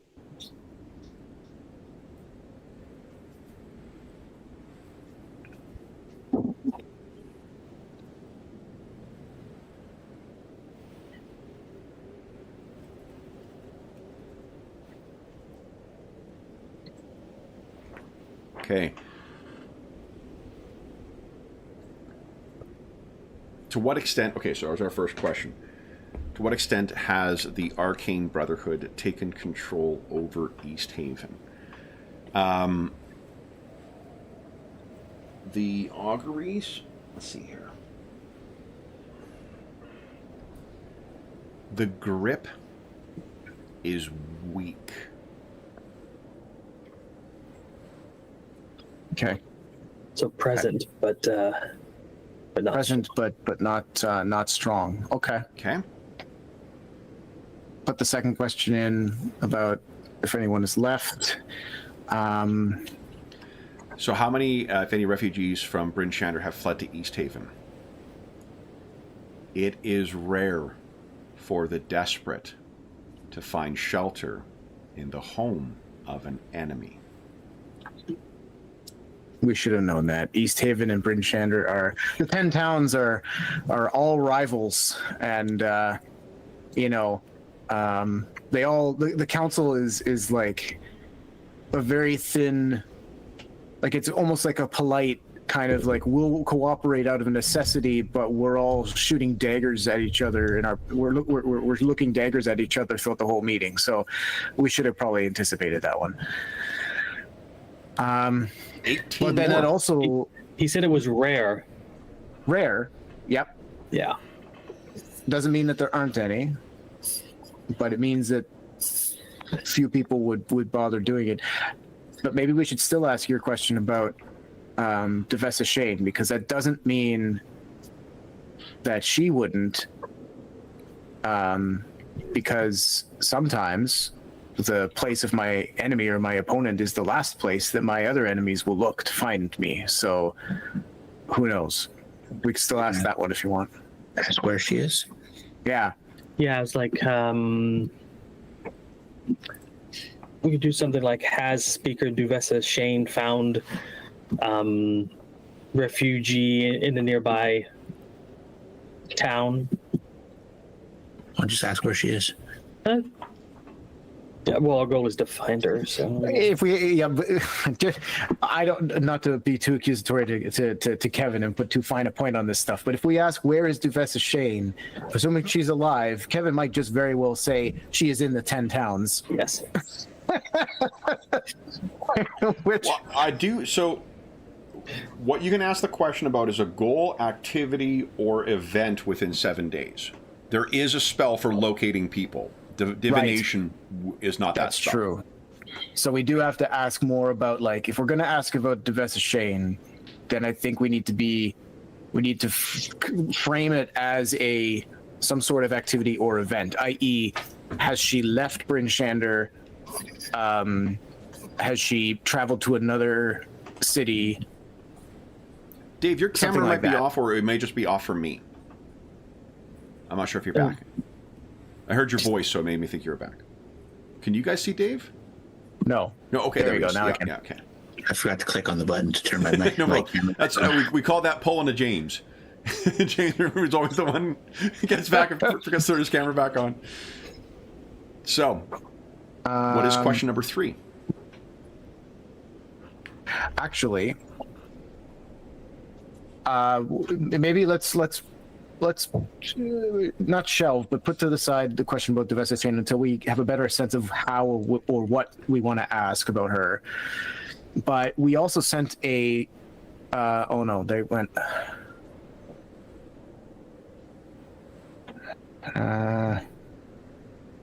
What about the black ice? Maybe we ask if there's been any sign of additional, or has any more black ice made its way through East Haven, or will it make its way through East Haven in the coming week? Something like that. I don't know. Yeah. You guys do have 17 more questions, so like. What did we learn about I know. question? Sorry. Oh, the extent to which Arcane Brotherhood has taken over. So the answer was their control or their hold is weak, or The grip is actually all he said was weak. Mm-hmm. So it doesn't mean that they're not present, and it doesn't mean that they don't have a hold, but it means that their presence and or their political hold is weak. What do we know about the refugees? He said it is rare for the desperate to find refuge among their enemies. And that reminded us that the 10 towns have the alliance, so to speak, between the 10 towns is one of necessity, not love and friendship. So each of them are rivals against one another. Yeah, and Yashi, you know, because you rolled that nat 20 on your history check too, maybe that might remind you, like, setting aside the thing that one of the things that has been a issue with East Haven that you remember from your time is that as East Haven grew more prosperous, particularly when the Eastway went in, because there's a paved road that runs from Bryn Shander up to East Haven. Caer de Naval and Caer Konig used to really dominate the trade or the fishing in Lac de Nashir. East Haven was trying to renegotiate the agreement in that, and Bryn Shander was throwing in with Caer de Naval and Caer Konig. So there's historical reasons for why they may not ally with one another, although Dugan's Hold and Lonelywood are because of they had issues with Bryn Shander, have allied or were rumored to ally themselves with East Haven. So then maybe, because if we have 17 questions, I mean, we don't want to ask 10 questions about, are there refugees in Lonelywood? Are there refugees in Caer de Naval? Like, we don't want to go through the whole list, but maybe we could look at one of the towns that's been more historically aligned with Bryn Shander, at least. What are we trying to learn? I don't know. I thought we were trying to learn about, like, the Scarlet Brotherhood or the Arcane Brotherhood's influence. Right. So why are we worrying about so much about refugees? Let me give you a little, guys. I'm trying to get a sense of, like, yeah. Go ahead. I'm just curious because I'm like, if we're trying to find something out, we should tailor our questions to learning. Well, and this is where day job thing again. One of the significant differences between trial and discoveries is you're asking questions at trial because you know the answers to them and you're trying to put together a specific version of events. At discoveries, you are doing that to a degree because you want to get admissions and things like that, but you're also exploring and understanding and learning things. So the purpose of questions can be to put together the picture that you understand so you can understand how to respond to it, but it can also be to uncover more information. Right. So if you guys have 17 questions here, you could be doing both things that, like you said, Dave, pointed questions to make sure you have a clear understanding, but also things that are just kind of fishing expeditions to see what you might learn. Yeah, because if we're looking for Duvessa because she was a previous, speaker. If we can get her and her allies on our side, that means we'll have an easier time changing things politically. Right. I'm just trying to think. We can't ask where is Duvessa Shane because that's not about an activity that will occur in the next 7 days. Right. That's where I keep, maybe I'm overthinking things, but my thing, it seems to be like we have to be divining the future through this spell. So, like, we have to, so what we could maybe ask is, what will be Duvessa Shane's precise location in the next, in 7 days from now, or something like that? To remember if we wanted to meet her, where would we have to go? Remember that that's going to be even better. Too. Yeah, I think Dave's version of that question is better. If we wish to speak with Duvessa Shane, Face to face. face to face in the next 7 days. Where do we need to go? That kind of thing. And if we that get might be better. Valhalla, then we know she's not around anymore. Yeah. Yes. If we get the plane of water, we'll be like, what the hell? So I think that might be specific enough. Well, why don't we each take turns figuring out a question? So like we'll bam, bam, bam, and we'll each alternate, and we can explore whatever options we want. Yeah. And also speed up the process. Yeah, you got 17. So I think really you start suffering when you get down to 5. You can really throw some wild ones out here, see what the responses are, use that to inform what you're going The to ask last next. 5 questions, but by then we'll also be able to have much more specific questions because we'll be kind of narrowing down what we're trying to learn by then. Yep. Face to face is a very specific part of that question. Dave, he could have said west to that. Okay. That's So, next question. If we want to meet Devessa Shane in the next week, where should you go? Yeah, I'm also hoping Kevin works within the spirit of the game as well. But Oh yeah, no, I don't try and rob you guys of stuff, but also I was going to put face to face, but I was listening to you guys while I was typing. gotcha.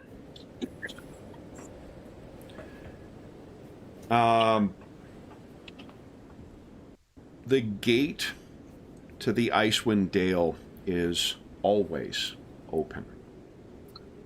Ooh. oh wait, but what is the gate to the Icewind Dale, guys? Bryn Shander is typically is the first city that most people from outside the Dale will come. It's the biggest city. It's the most likely for new travelers to be able to settle down, get a meal, get their bearings. Yep. And the road leading out or coming in goes directly to Bryn Shander and then branches off. Yeah. There is no other, like, you can't get, I forget the name of this town down here, but like there is no Dugan's direct Hold. route. Yeah. Dugan's Hold. You can't get to Dugan's Hold easily from the south. So Okay, so Bryn Shander. she's in Bryn Shander. Okay, so next question. Always open. Okay. This is fun. Dugan's Hole, incidentally, not hold. I said hold. That's even worse. That's so much worse. I think it's more like bolt hole, kind of like it was just a place that. Yeah, fair. But this Yeah. is more a comment on the folks over at WotC than anything else. It's also replete with sex workers, so I mean, there's that too. Actually, we could get some more information about. Is it Toras? Is the other name of the city, or Torgos? Targos. Targos. Let's form my question about. See how much of a hold they have over Targos. It is the next closest biggest city. Yeah. Yeah.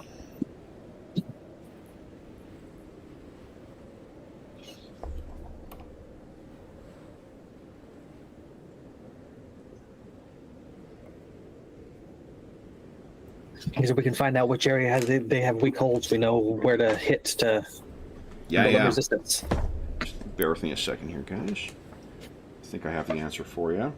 I'm just trying to figure out how to properly phrase. You are fucked. Just kidding. Thankfully, that answer did not come in the first 10 minutes of the session. So background for Targos. Like Bryn Shander, Targos is encircled by a wooden wall which helps protect the town against orcs and other threats from the wilderness. The wall extends out into the lake, creating a safe harbor for the town's boats. Almost all the towns in Icewind Dale make their living off the lakes, but nowhere is that more fact evident than in Targos. The town has always been the biggest fishing fleet and the biggest fishing industry, and everything that goes on here revolves around hauling the knucklehead trout out of Mare Dwalden.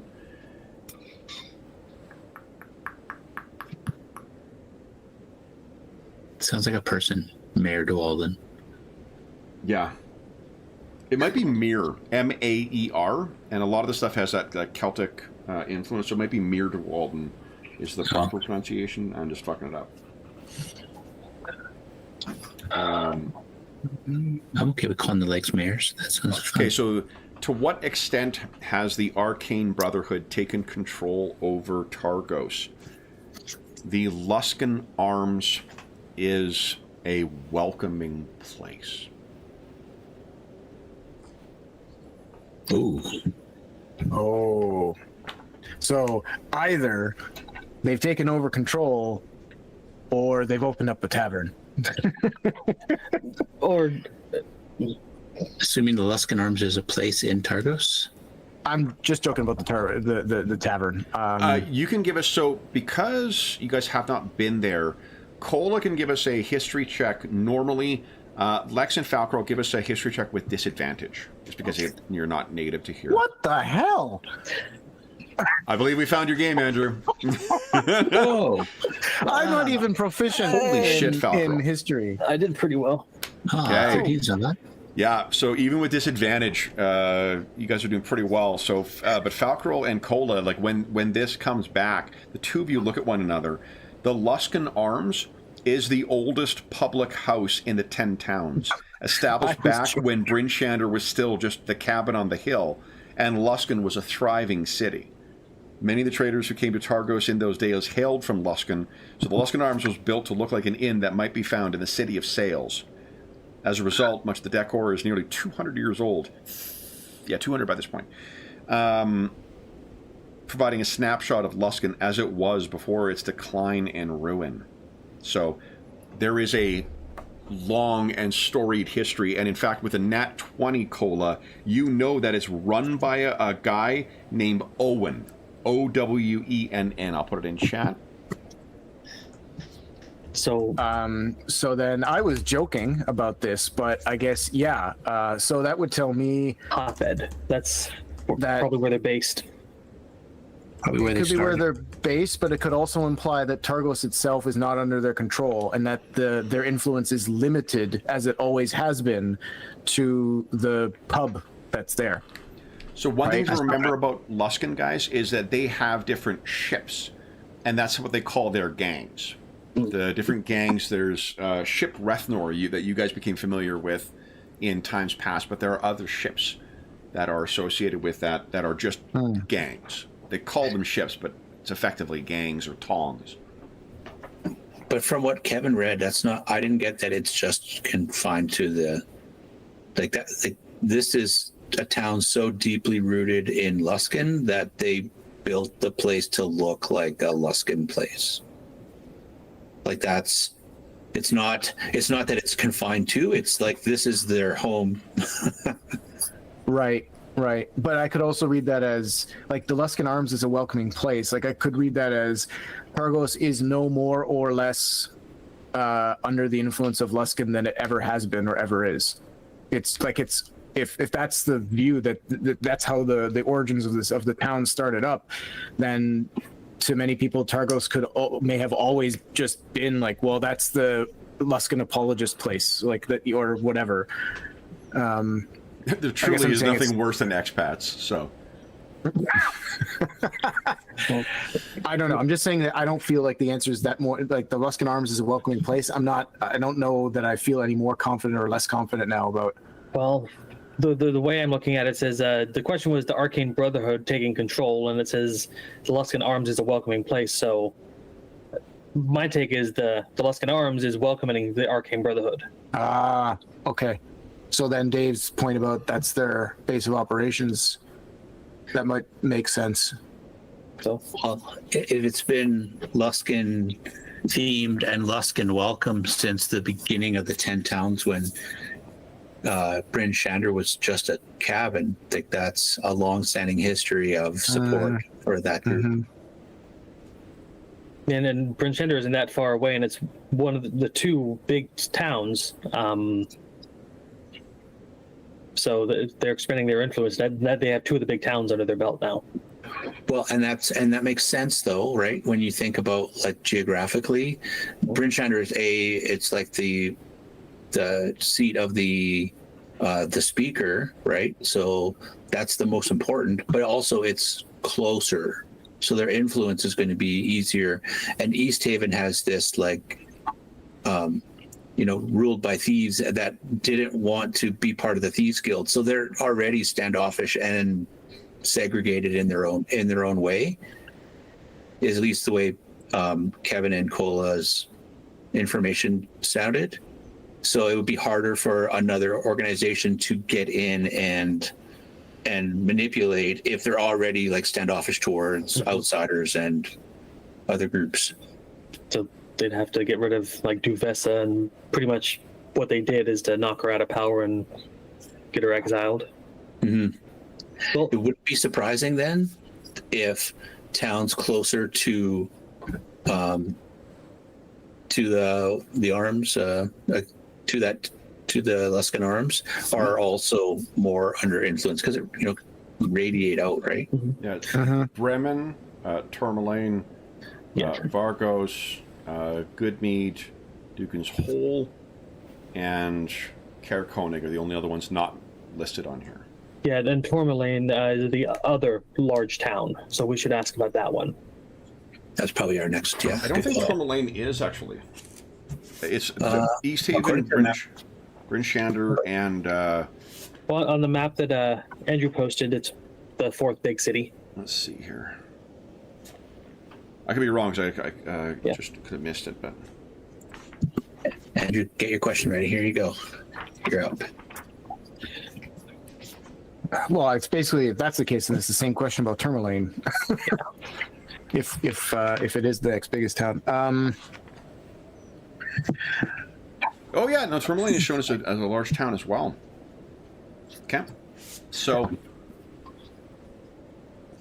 I'll tap in the next question then. okay, all right. So As soon as we know that, we can start seeing where their web of influence is spreading.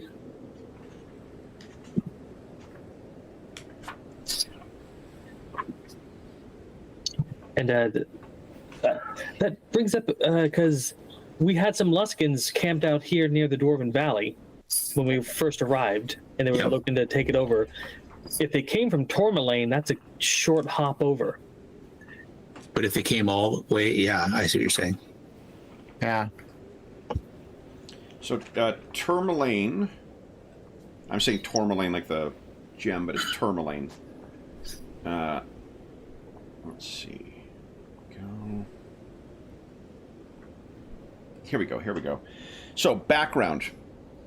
Tourmaline was founded by Kalashite settlers who appreciated beauty, and it is widely regarded as the most picturesque town in the Icewind Dale, spreading out from the shore of Myrdwalden and bordered on the north and west by tall pines. Its buildings incorporate carvings of wizards, homunculi, tigers, and smiling djinn. Kalashites. For most visitors, the enchantment of the town is dispelled as soon as they feel the icy claws and teeth of the cold wind sweeping down from the north, shearing through the layers of clothing. Tourmaline was built in the path of this dreadful gale, which continues well past the town to hairy fissures on the southern half of the lake.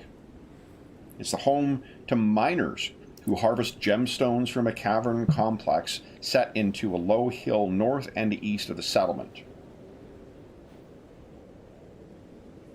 Yeah. Kalashites are from... Oh, sorry. Go ahead. At times, oh, sorry, John. Sorry. The mine also at times can be a source of work for sellswords and adventurers, because, as any dwarf will tell you, what creeps down from below is often disturbed when you go digging down into the deep. So that is over here. Background for it.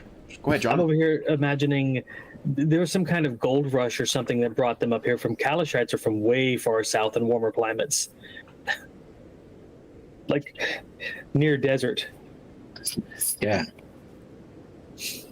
That would make sense. The miners and people we found coming from Tourmaline. Okay, so the question, to what extent has the Arcane Brotherhood taken control over...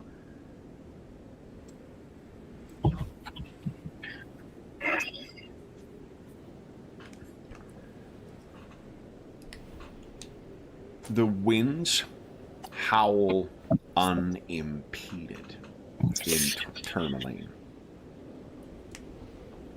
That is not a good answer. I don't like that question. Winds howl unimpeded in Tourmaline? Correct. Well, that could mean something else too. That could be oral or. Well, But we asked about the Arcane Brotherhood. yeah, I'm thinking it could be referencing that the Arcane Brotherhood is unopposed in Tourmaline, like they have total control, or that the winds that were there beforehand have been not affected by them at all.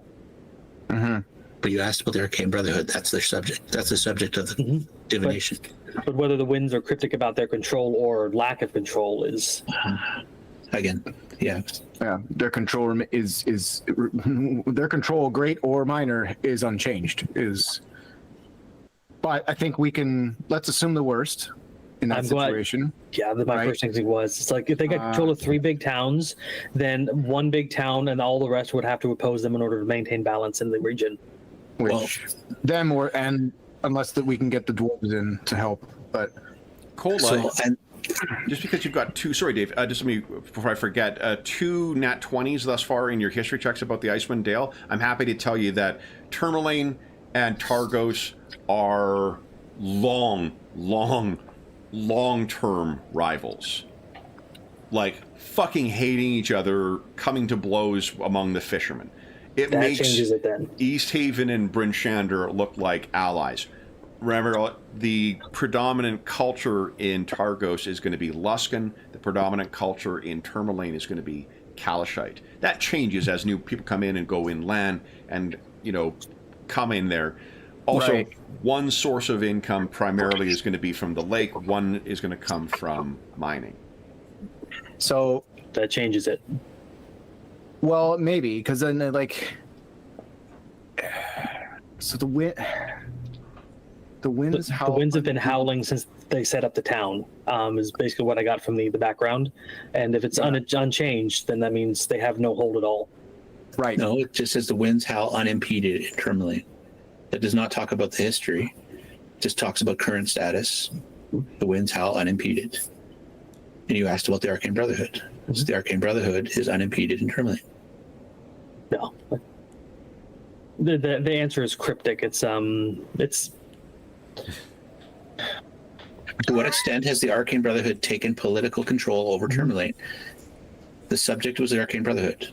yes. The winds howl unimpeded in Tourmaline. Yeah, but what about the verb in that sentence, Dave? To what extent have they taken control? Taken means a change in status, right? Yeah. Where it necessitates a change in status from one thing to another. In this case, a lack of political control to assuming political control. If the winds howl unimpeded means that there has been remain unimpeded means that there has been no change in Tourmaline. Yeah. So we could interpret that as there has been no taking over of political control in Tourmaline, is what I think John's interpreting it as. Yeah. And with Cola's, his nat 20 of the area is why we got the background information on Tourmaline in the first place. Right, but it's a And with the cities being longtime rivals and pretty much hating each other, they're going to be resisting any kind of control. This is a good example of something that you could potentially explore with further. You have 15 more questions. additional questions. Right. Yeah, to give further yeah. context that you may then be able to. So, Yeah. next question.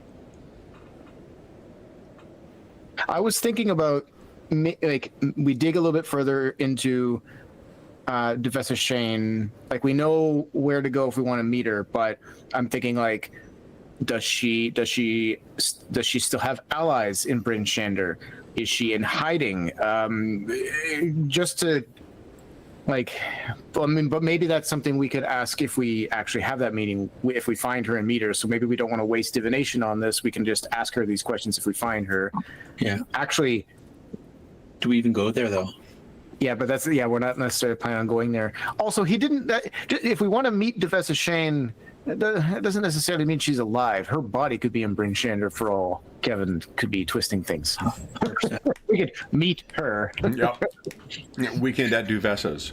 Well, and so this is what I was thinking. When even if we, like you say, you guys are right about Tourmaline, but so Bryn Shander and had backed Caer Dineval and Caer Koenig against East Haven, and are now under control of Luskan. No, if Luskan was smart, they'd be trying to win over all of the ones that are allied together, which would then leave East Haven off on its own with no allies. Do you know what I mean? Yeah. Bryn Shander and Caer Dineval and the one to the north there, or even not even need to worry about.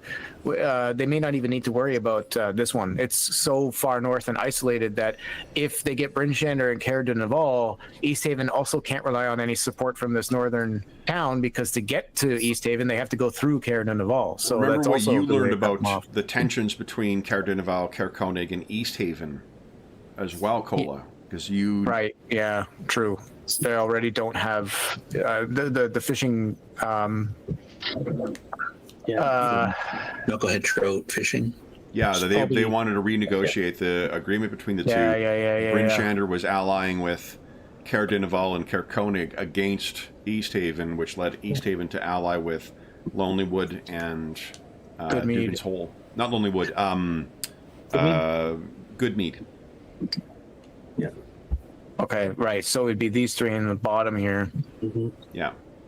But in that relationship, Goodmead and Dugan's Hole are the minor members of that so-called like arrangement. East Haven is still the power in that Definitely. relationship, right? They rely on East Haven. East Haven doesn't rely on them. Yeah.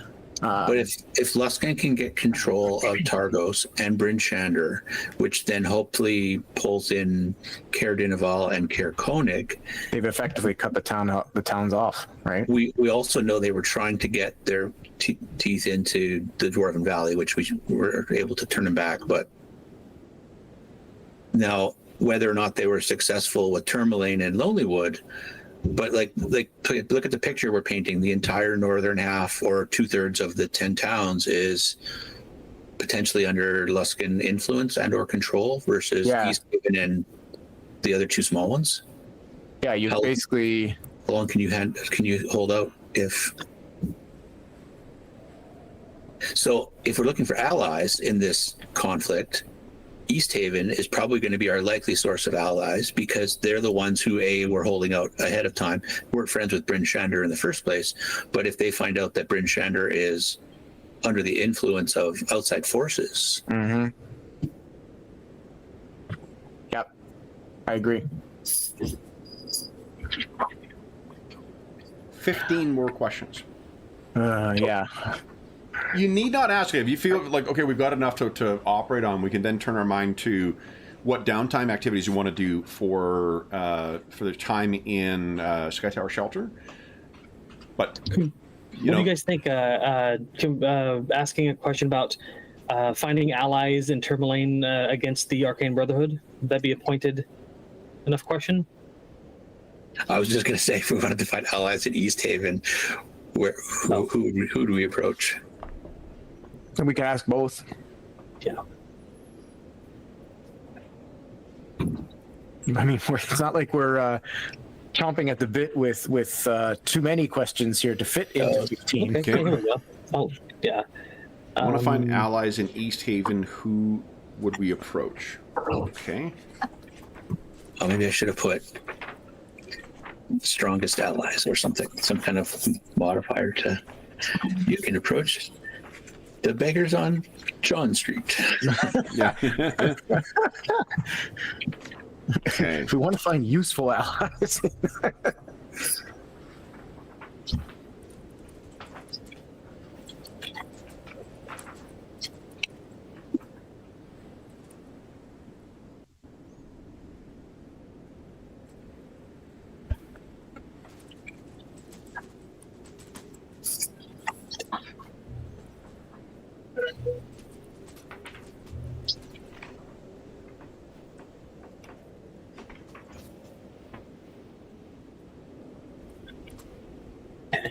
I got a pointed question about Tourmaline after we're done with East Haven. Okay.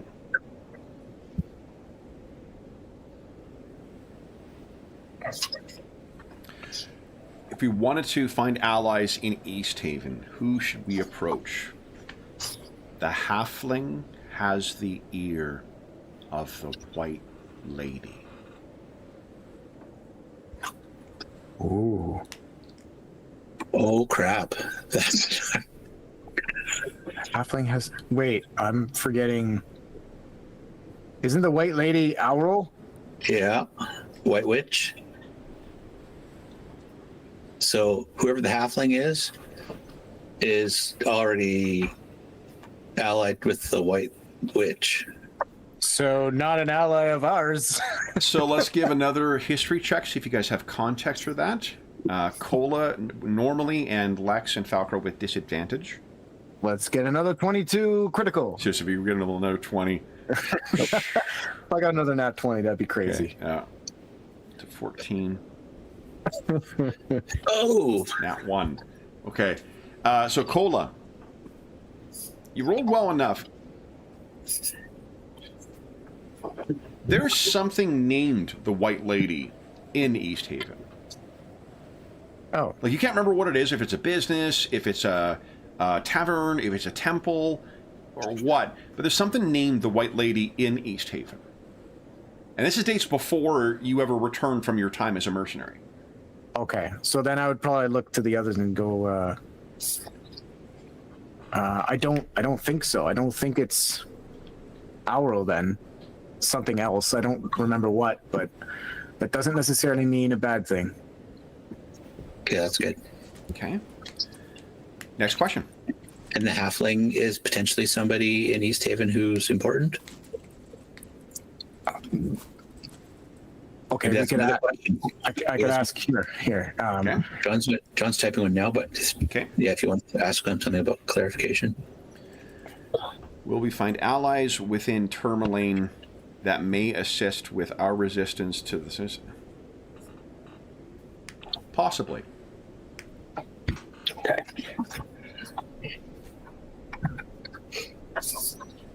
Remember, the more open the questions are, the more bullshit your answers are going to be. Yeah. Okay? But they're not. That's not to say that they're untruthful, though. I am being. You asked about the spirit of it. I'm 100% trying to stick to the spirit of what these abilities and spells give you. So none of these are going to be. There may be cryptic or whatnot, but nothing is intentionally untruthful. Nothing is going to be, even for those broad answers, is going to be untrue either. Maybe more specific, John. See if we can. Well, no, it actually balances out because it says the winds remain the same in Tourmaline, meaning if they had full control, we wouldn't find any allies in Tourmaline. Right. But you So could be more specific with the same kind of line of question if you want to use it on the next one. Like, Yeah, where well, do we find allies, or who do we approach, or yeah. Well, the way I'm interpreting with the different pieces of information is they still hate Torgos, and Yeah. therefore, or at least there's some resistance there. I wouldn't even say some. I'm leaning towards the Arcane Brotherhood has no play in Tourmaline. Or We don't know that, but it says possibly. well, I'm tying different answers together. Right, but will we find allies? Possibly. Yeah. Well, So we need to. that implies that we must convince them to help us. Correct. What Yeah, is but- the name? So the next question is, what is the name of the halfling in East Haven who has the ear of the White Lady? All right. The bring out answer? the names. Visit the White Lady. Fucking Kevin.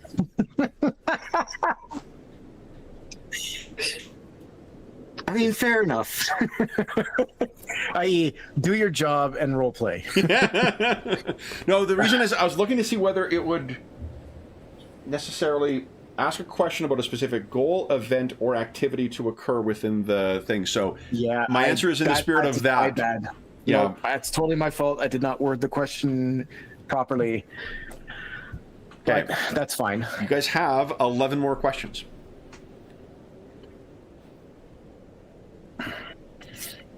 Also, completely by accident, this is a great way to really get yourself back up to speed on a campaign. Yes. Hell yeah. Yeah. At first I was worried like, oh, the viewers are probably like bored out of their mind right now because we're just like figuring out questions. But no, I think this is what a great way to reset. And Again, I'm gonna on my tombstone, I'd rather be lucky than smart. I'm gonna take Wasn't like his planned out. previous. I'm gonna take like his previous question and see if we can.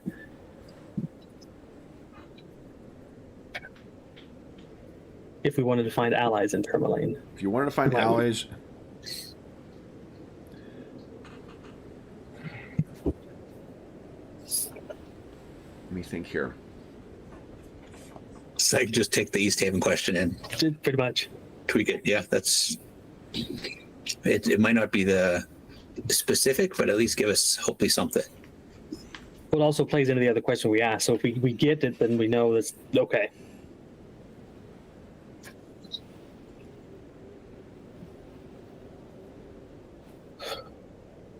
This is why I don't play diviners.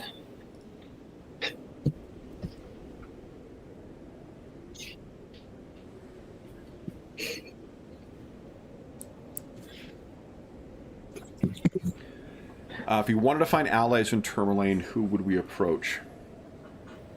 Seek who is loved by the people and hated by the Guardians. That's a good answer. Ooh. Loved by the people and hated by the Guardians. So don't trust the town guard? We can find out who the Guardians are. My mind is saying the people in charge are the Guardians, Yeah. and the people, we need to, Yeah. yeah, Yeah. Go talk to the fishermen. Don't talk to the... leadership. Yeah.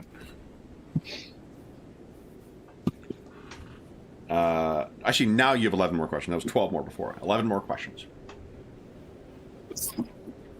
You can still be fast and loose with a couple of these before you start to whittle down the time. So what we've known so far is Torghast is probably completely under control of the Arcane Brotherhood. We know Bryn Shander is heavily in their grasp. East Haven is very weak, if at all. Tourmaline is a little bit up in the air, but there's potential allies there. And we know of at least one potential ally and relative, or at least, and a way to find him, or them, I should say, in East Haven. And we know Duvessa, whether it's her or her body, is still in Bryn Shander. So either she's dead in there or she's leading resistance, because, she wouldn't stop, even exiled, if she's still in town. She's still doing stuff there. We could use one of the questions to see if she's alive or not, but I don't know that we need to. We can find out if and when we go there. We should probably check it on the Dwarven Valley, see what's happening there. Like, the necromancer, has he, Oh, you mean the broader stuff? Yeah, because you guys did have sending as well. Or at least the clerics in the party would have access to that, so I assume you would be able to... Yeah, like the Dwarven Valley, we could just check Okay. in with our contacts there to the bunch of people we sent there. We can contact them and ask. I could just call my aunt. Yeah, that's true. Right? Hi, Auntie, Which I it's probably me, would the at some point. Kinslayer. Yeah. Remember, I killed your sister. Right. And her husband, I think. And her. Yep, we killed. You had a busy day, It was... It was busy. And the marriage wasn't going anywhere, though, so. So, next question. Who'd like to ask a question?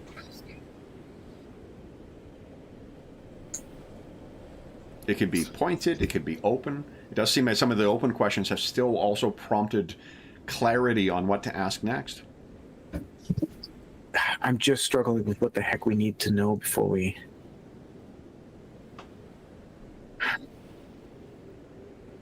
We could ask about our travel over the next several days because of the weather. What will the weather be like? Terrible. So that's probably one of our last questions, because we're asking like 1-2 of these a day, one between me and Cole. Yeah, and then, well, be careful though, because again, like the answer will be influenced or cannot be, like it can't predict anything that may be influenced by subsequent rolls or casting of magic, and we all know that our weather rolls are highly unpredictable, so I don't know. So your focus so far. Kevin's answer will be like, ask the one who rolls. Yeah. If you're satisfied with what you understand about the 10 towns thus far, you could turn your mind to some of your other adversaries. Yeah, I was thinking about that too. Yeah, like Auril. You have Auril. Yeah, the Arcane Brotherhood you're dealing with here. You have Auril. You have the Dvergar. You have the Ragged Tribesmen. You have the Akar Kessel. Akar Kessel, or whoever the Necromancer is. If he's Akar Kessel, he's either extended his life well past its natural limit, or he is undead. Yeah. See, we got the answer for free. Put a patch system there. What spell are you guys using again? Divination. Divination. Page 264 of the PHB, the 2024 one. Oh, I was just pulling it up. Okay, so the Dwergar.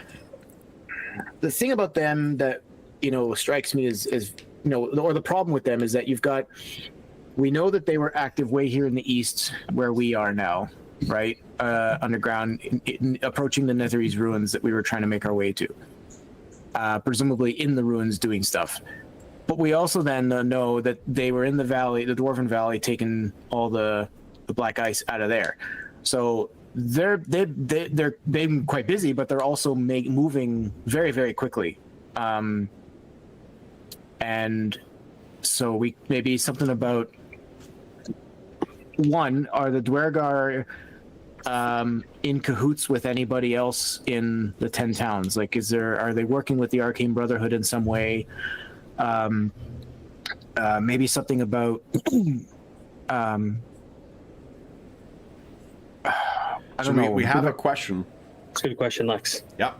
Where is the Necromancer building their source of power and influence? Don't say the fucking 10 towns. I will be raging. Well, it's outside the Dwarven Valley, so Yeah. Ancient spirits reside in old haunts. Oh, I like that answer. That's a twofer right there. At least my headcanon is it's a twofer. Ancient spirits. Yep. So I think he's dead. He's undead. And yeah, old haunts.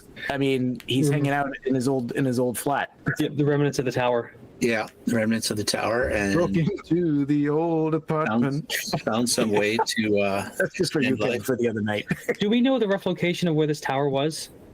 The Right at the Crystal top of the Tower clearing. was destroyed more than a century ago. Do we know where in the general area it used to stand? It's somewhere on Kelvin's Cairn, I believe, but the location would have been difficult to remember because it was destroyed afterwards. Gotcha. Also, you're now facing several months worth of just the worst winter that the Icewind Dale has ever seen. So, snow cover. That's not to say that's all mundane problems. You guys do have access to some pretty potent magic now, though. Yes. So there's possibly a way. And a massive avalanche coating the one exit from the Dwarven Valley to Kelvin's Cairn. Why don't you guys give us a Arcana check, please? I think Falcarel actually has a pretty great score in. It's a 6. Okay. Do very well. Yeah, well, when you roll that like that. Anybody? So that's what. Does anyone want to spend the party's heroic inspiration for the session to re-roll?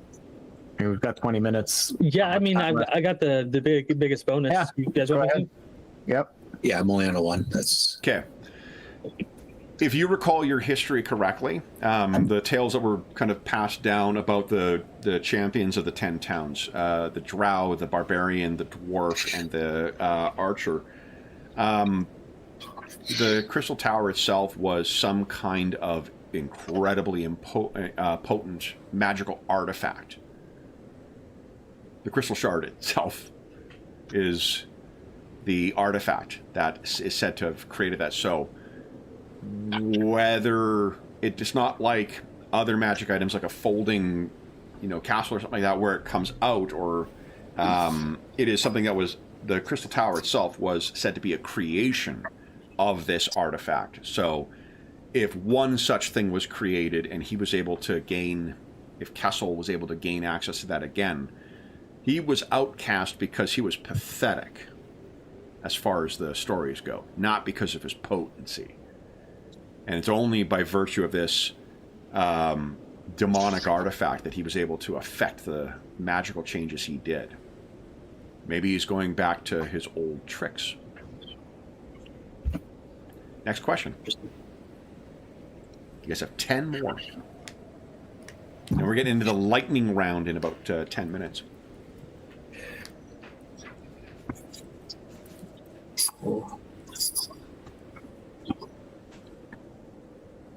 Would there have been some animosity then, once he was not outcast, but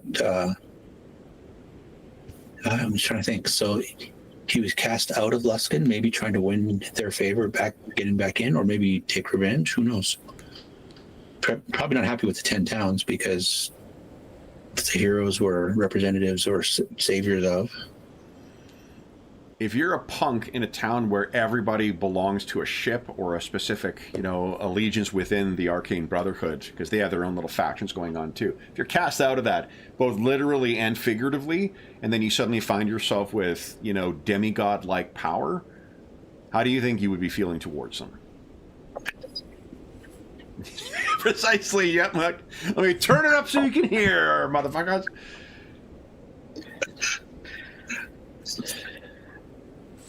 All right. Next question. Any clarifying questions we want to ask to? I'm just trying to think about how to phrase a question about the Duergar. First, I thought about maybe asking how are they traveling? How are they traversing the Dale so quickly? Maybe if we know their route, we can try to interrupt it or do something to it. Who are they working with within the 10 towns, if anyone? Or the Dwarven Valley. We could see if, because didn't we see a few? Because I know some of the Luskans were working with, your former uncle. Maybe they have some ties to the Duergar as well. Yeah, that's what I'm wondering. If they're working together, then one, that's a bigger problem in that they're each of them becomes a much more difficult foe to deal with. If they're separate, they have access to teleportation magic for sure. 10 questions, 15 minutes. Yeah, I guess it doesn't at this point. We don't need to all agree on the question being asked. I think because we can't come up with. Well, and this is also just during the downtime. If you guys choose to make use of divination afterwards, you can feel free to do so. So, if you want to take time between this and whenever we play this again, because I'm pretty fucking sure we're playing this again.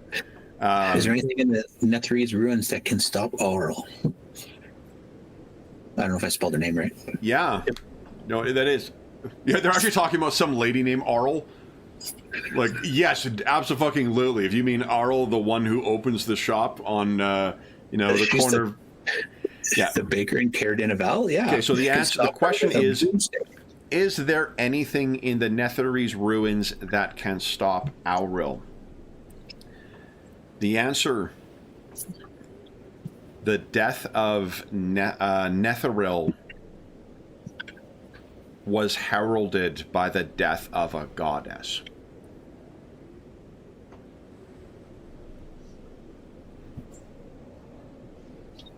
Heralded? No. The death of. I'm wondering if it's referring to the actual item in question or items that led to that. Netheril was heralded by the death of a goddess? This may be going back, but you may remember that one of the things you guys came across was an altar in the Caves of Hunger, part of the ruins of the Netherese city or community or whatever. It was an altar to Mistra in her former guise. Like the god of She- magic, Mr. Former guys. She died when Netheril fell and was reborn in her current form. Right. Right. Stuff I should be remembering from the certain video game I've been playing lately. Yeah. If my out of character knowledge is right, there's these mythals that they use to like to store power, great magic power, and used the Nether cities used to fly. Yep. And Right. it was a particular overpowered wizard that decided to try to usurp the magic that ended up killing that particular god. Or more of the god sacrificed itself. That's more accurate. Yeah, is that like in order to maintain the weave, she died, and then was reborn as herself. But her sister Shar, I believe, still persists. So there's part of the animosity between the two is because she's not really her sister anymore. She's a reborn version of her.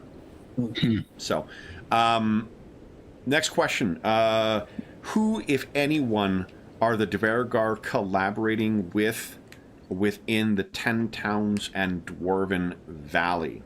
I specifically used the word collaborating because I didn't want to just say allied, because that allied could mean anything. Collaborating is actively contributing to one another's efforts, I hope. Okay.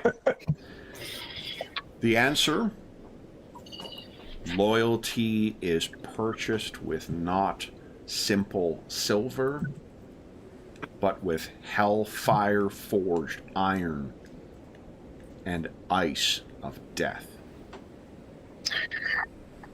Okay. So they are working together, and they're the ice of death is the crystal shard, so, or the black ice. Okay. Next question. 7 more, I believe. 8 more, I think. 8 more.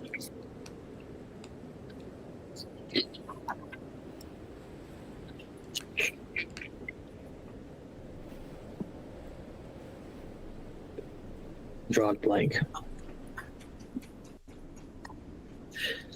Where did we find that sunstone again at? The summer stone, or Black Cabin. Black Yeah. Cabin.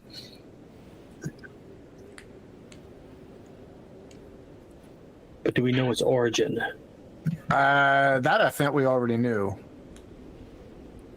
We also know, I think we didn't talk about it at the beginning, but just to remind everybody too, every time we have done anything related to that summer stone, that has been like immediately we've had the walkers, the not white walkers, I don't want to copyright infringement here, but like the walkers. cold light walkers, like pretty much immediately those things have just popped out of the ground and have appeared and tried to interfere with us. So we had established that that device pisses off Auro, and she immediately tries to do something to stop us from engaging with it. So we also know that I was thinking when he said the death of a goddess, whatnot, is like if that Summerstone originated in Anetheri's ruin, that could be something that she fears.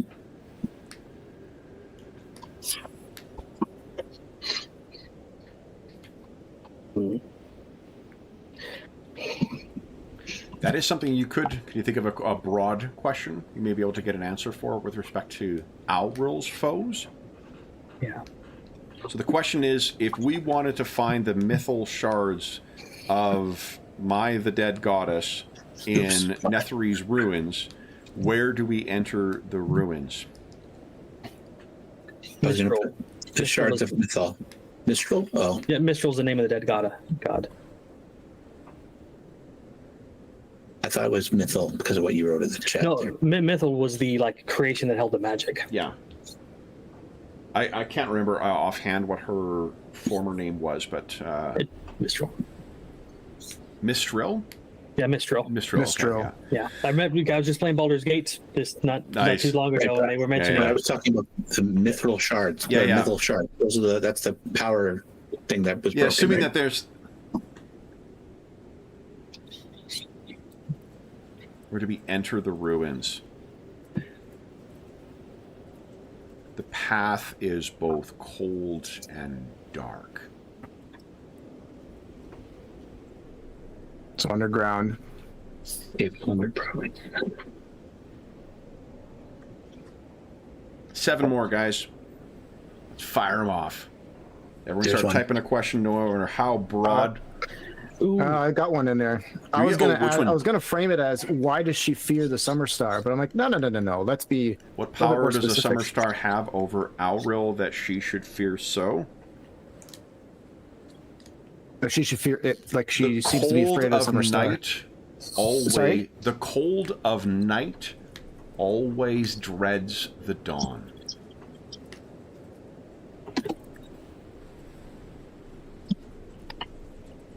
Okay. 6 more, guys. Unless I missed one. Okay, I got one. Okay.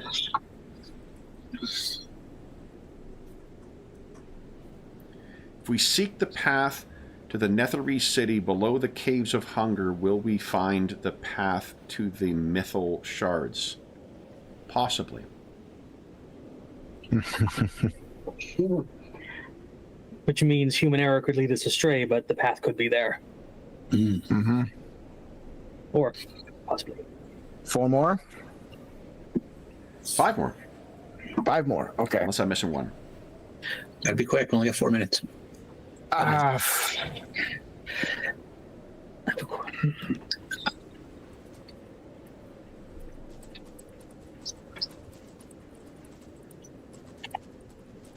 Love it. I see 2 more are incoming.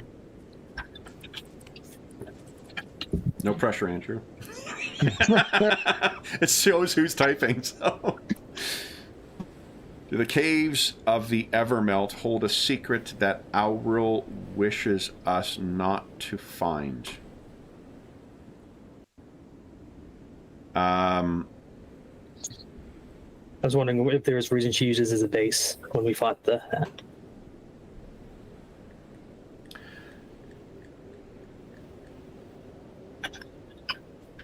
Power is in the people, not the place.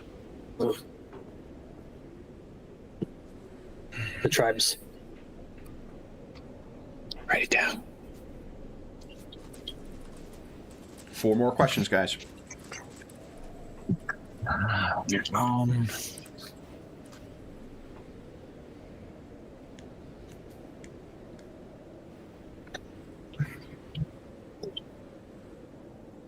This is fun. Honestly, what a happy accident is for a way to get yourself back, and also give like a really good.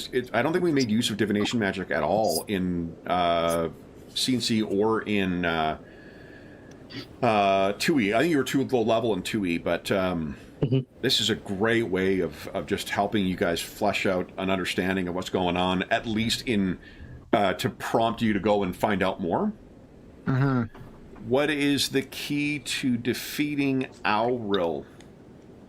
The will and the warmth. Will and the warmth. We need that summer stone. Yeah, we need something that opposes her power directly. 3 more. Yeah.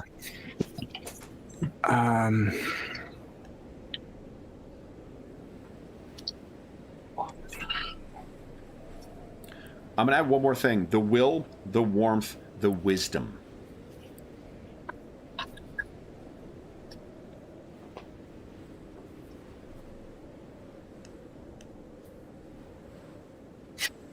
It's 1 more question each, guys. What's a burning question or a dumbass question? There are no such thing as dumb questions.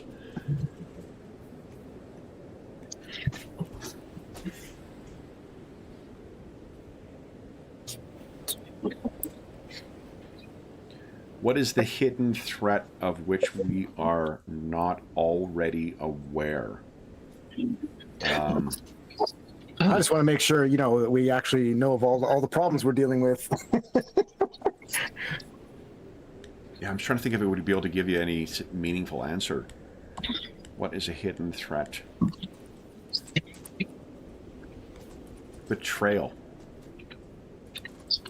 Hey, what are you saying? We're all friends here. Damn it, Brandon! I knew it was happening. He's taking that summer stone and he is off to the moon. 2 more questions, guys. Or our Knoll friend actually got bitten and he hasn't told us. Yeah. I've got a personal one I'm asking just because. Sure.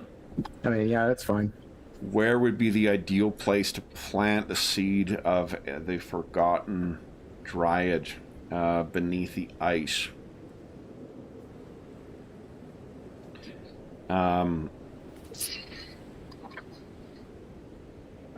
Where life would flourish. And the final question: when can we play again? No. Should we? I mean, we can't really ask like when will Aura launch her? Like when? I don't know. Yeah, if it's outside the next week, it's. Is there an adversary you haven't asked about yet, or you haven't asked enough about yet? Or is there an ally you wish to learn of? How about What are the Dwergar trying to do? what role do the giants play in the conflict to come? We have not talked about the giants yet. Yeah. What role do the giants play in the... The giants play a regrettable role. Oh. Ooh, are they being like coerced by the? I'm getting the idea of they're playing on both sides, or they're involved both sides, probably willingly or unwillingly. Maybe they're Yeah, because fighting. regrettable could mean like, as in they've deliberately chosen the wrong side and they're backing the enemy. It could mean, as you said, that they have no choice in what they're doing at all, and it's regrettable because we lament the fact that they are pawns. And the different factions chose different sides, and Well, and the giants, like for all our talk about like all the people that call the Dale home, like the giants have been here much longer than most of the rest of us. This was their home long before it was populated by anyone else, outside of only a few exceptions, I'm sure. Mm-hmm. Well then, guys, 20 questions, and you have a much clearer picture. So, I don't know when it'll be yet, but we're definitely playing this again, guys, because that was an awful lot of fun. oh, we should have asked if the that vampire guy was really finally dead. Yeah. Oops. I mean, what kind of answer are you going to get if you ask if an undead thing is dead? Has he met his true death? Yeah, that's in the next for the events of the next 7 days. Yeah, that's. So, however, that is a question for next session. So then, guys, you're at level 8. You can fill in that you have. Let's see here. For your XP. Yeah. What I don't have XP listed at all here. No. What I'm gonna do is I'm gonna put you just into level 8, and then we'll start making headway from there.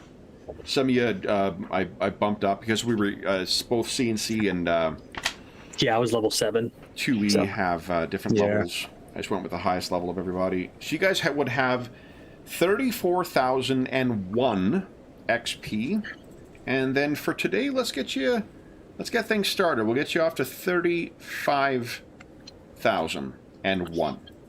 Okay. That leaves you 13,000 more to go till you hit level 9. Cool. So then, It's fun.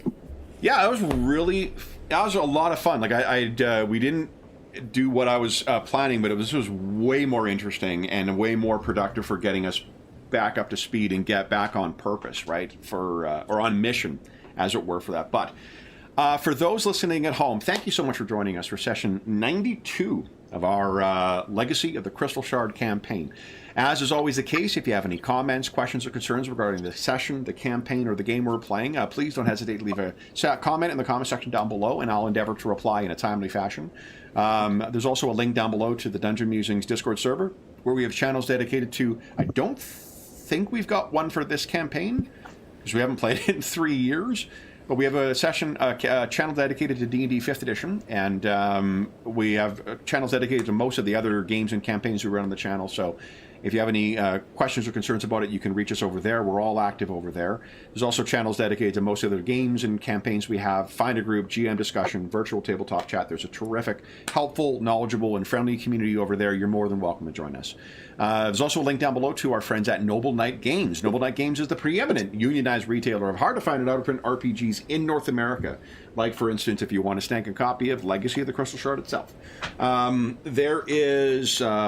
And not only do they have an incredible selection of new role-playing games, board games, and card games, they have an unmatched selection of hard-to-find and out-of-print RPGs.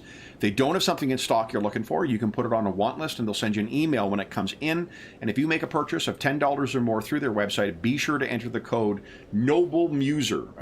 All caps, all one word. It's listed in the description of the video. That'll save you 10% on any purchase of $10 or more, and that'll change the discount code in October or on October 15, 2025. So if you're listening to this after that time, come back to one of our more recent videos. You'll see what the current discount code is there. The last thing I will say is a huge thank you to our stalwart Icewind Dale heroes. This was, I'm not going to lie, I kind of hoped that we would see some of the other guys jump in for this morning when I knew what we were playing, but I would have been equally happy to run a solo Falcarol campaign. But thank you so much to Andrew, Dave, and John for agreeing to jump back into the Icewind Dale, our Legacy of the Crystal Shard campaign. This was really, really fun today, so thanks, guys. Thanks, guys. And for those listening at home, we will be back in the Icewind Dale at some point. This having had a taste and having set the table once again for the trouble to come, it feels like it would be a crime to not see what happens next. So when that'll happen, I'll be announcing on the Dungeon Musings Discord server, on the YouTube posts. It used to be the community tab, it's now posts tab. So you can keep tabs on that. You can also always subscribe. If you want to be sure to not miss a session of that. We're, at the time of recording, about 250 subscribers off from 10,000. So, yeah, that'll be, hopefully we'll be hitting that goal soon. But until we see you again, stay safe, stay healthy, and happy gaming.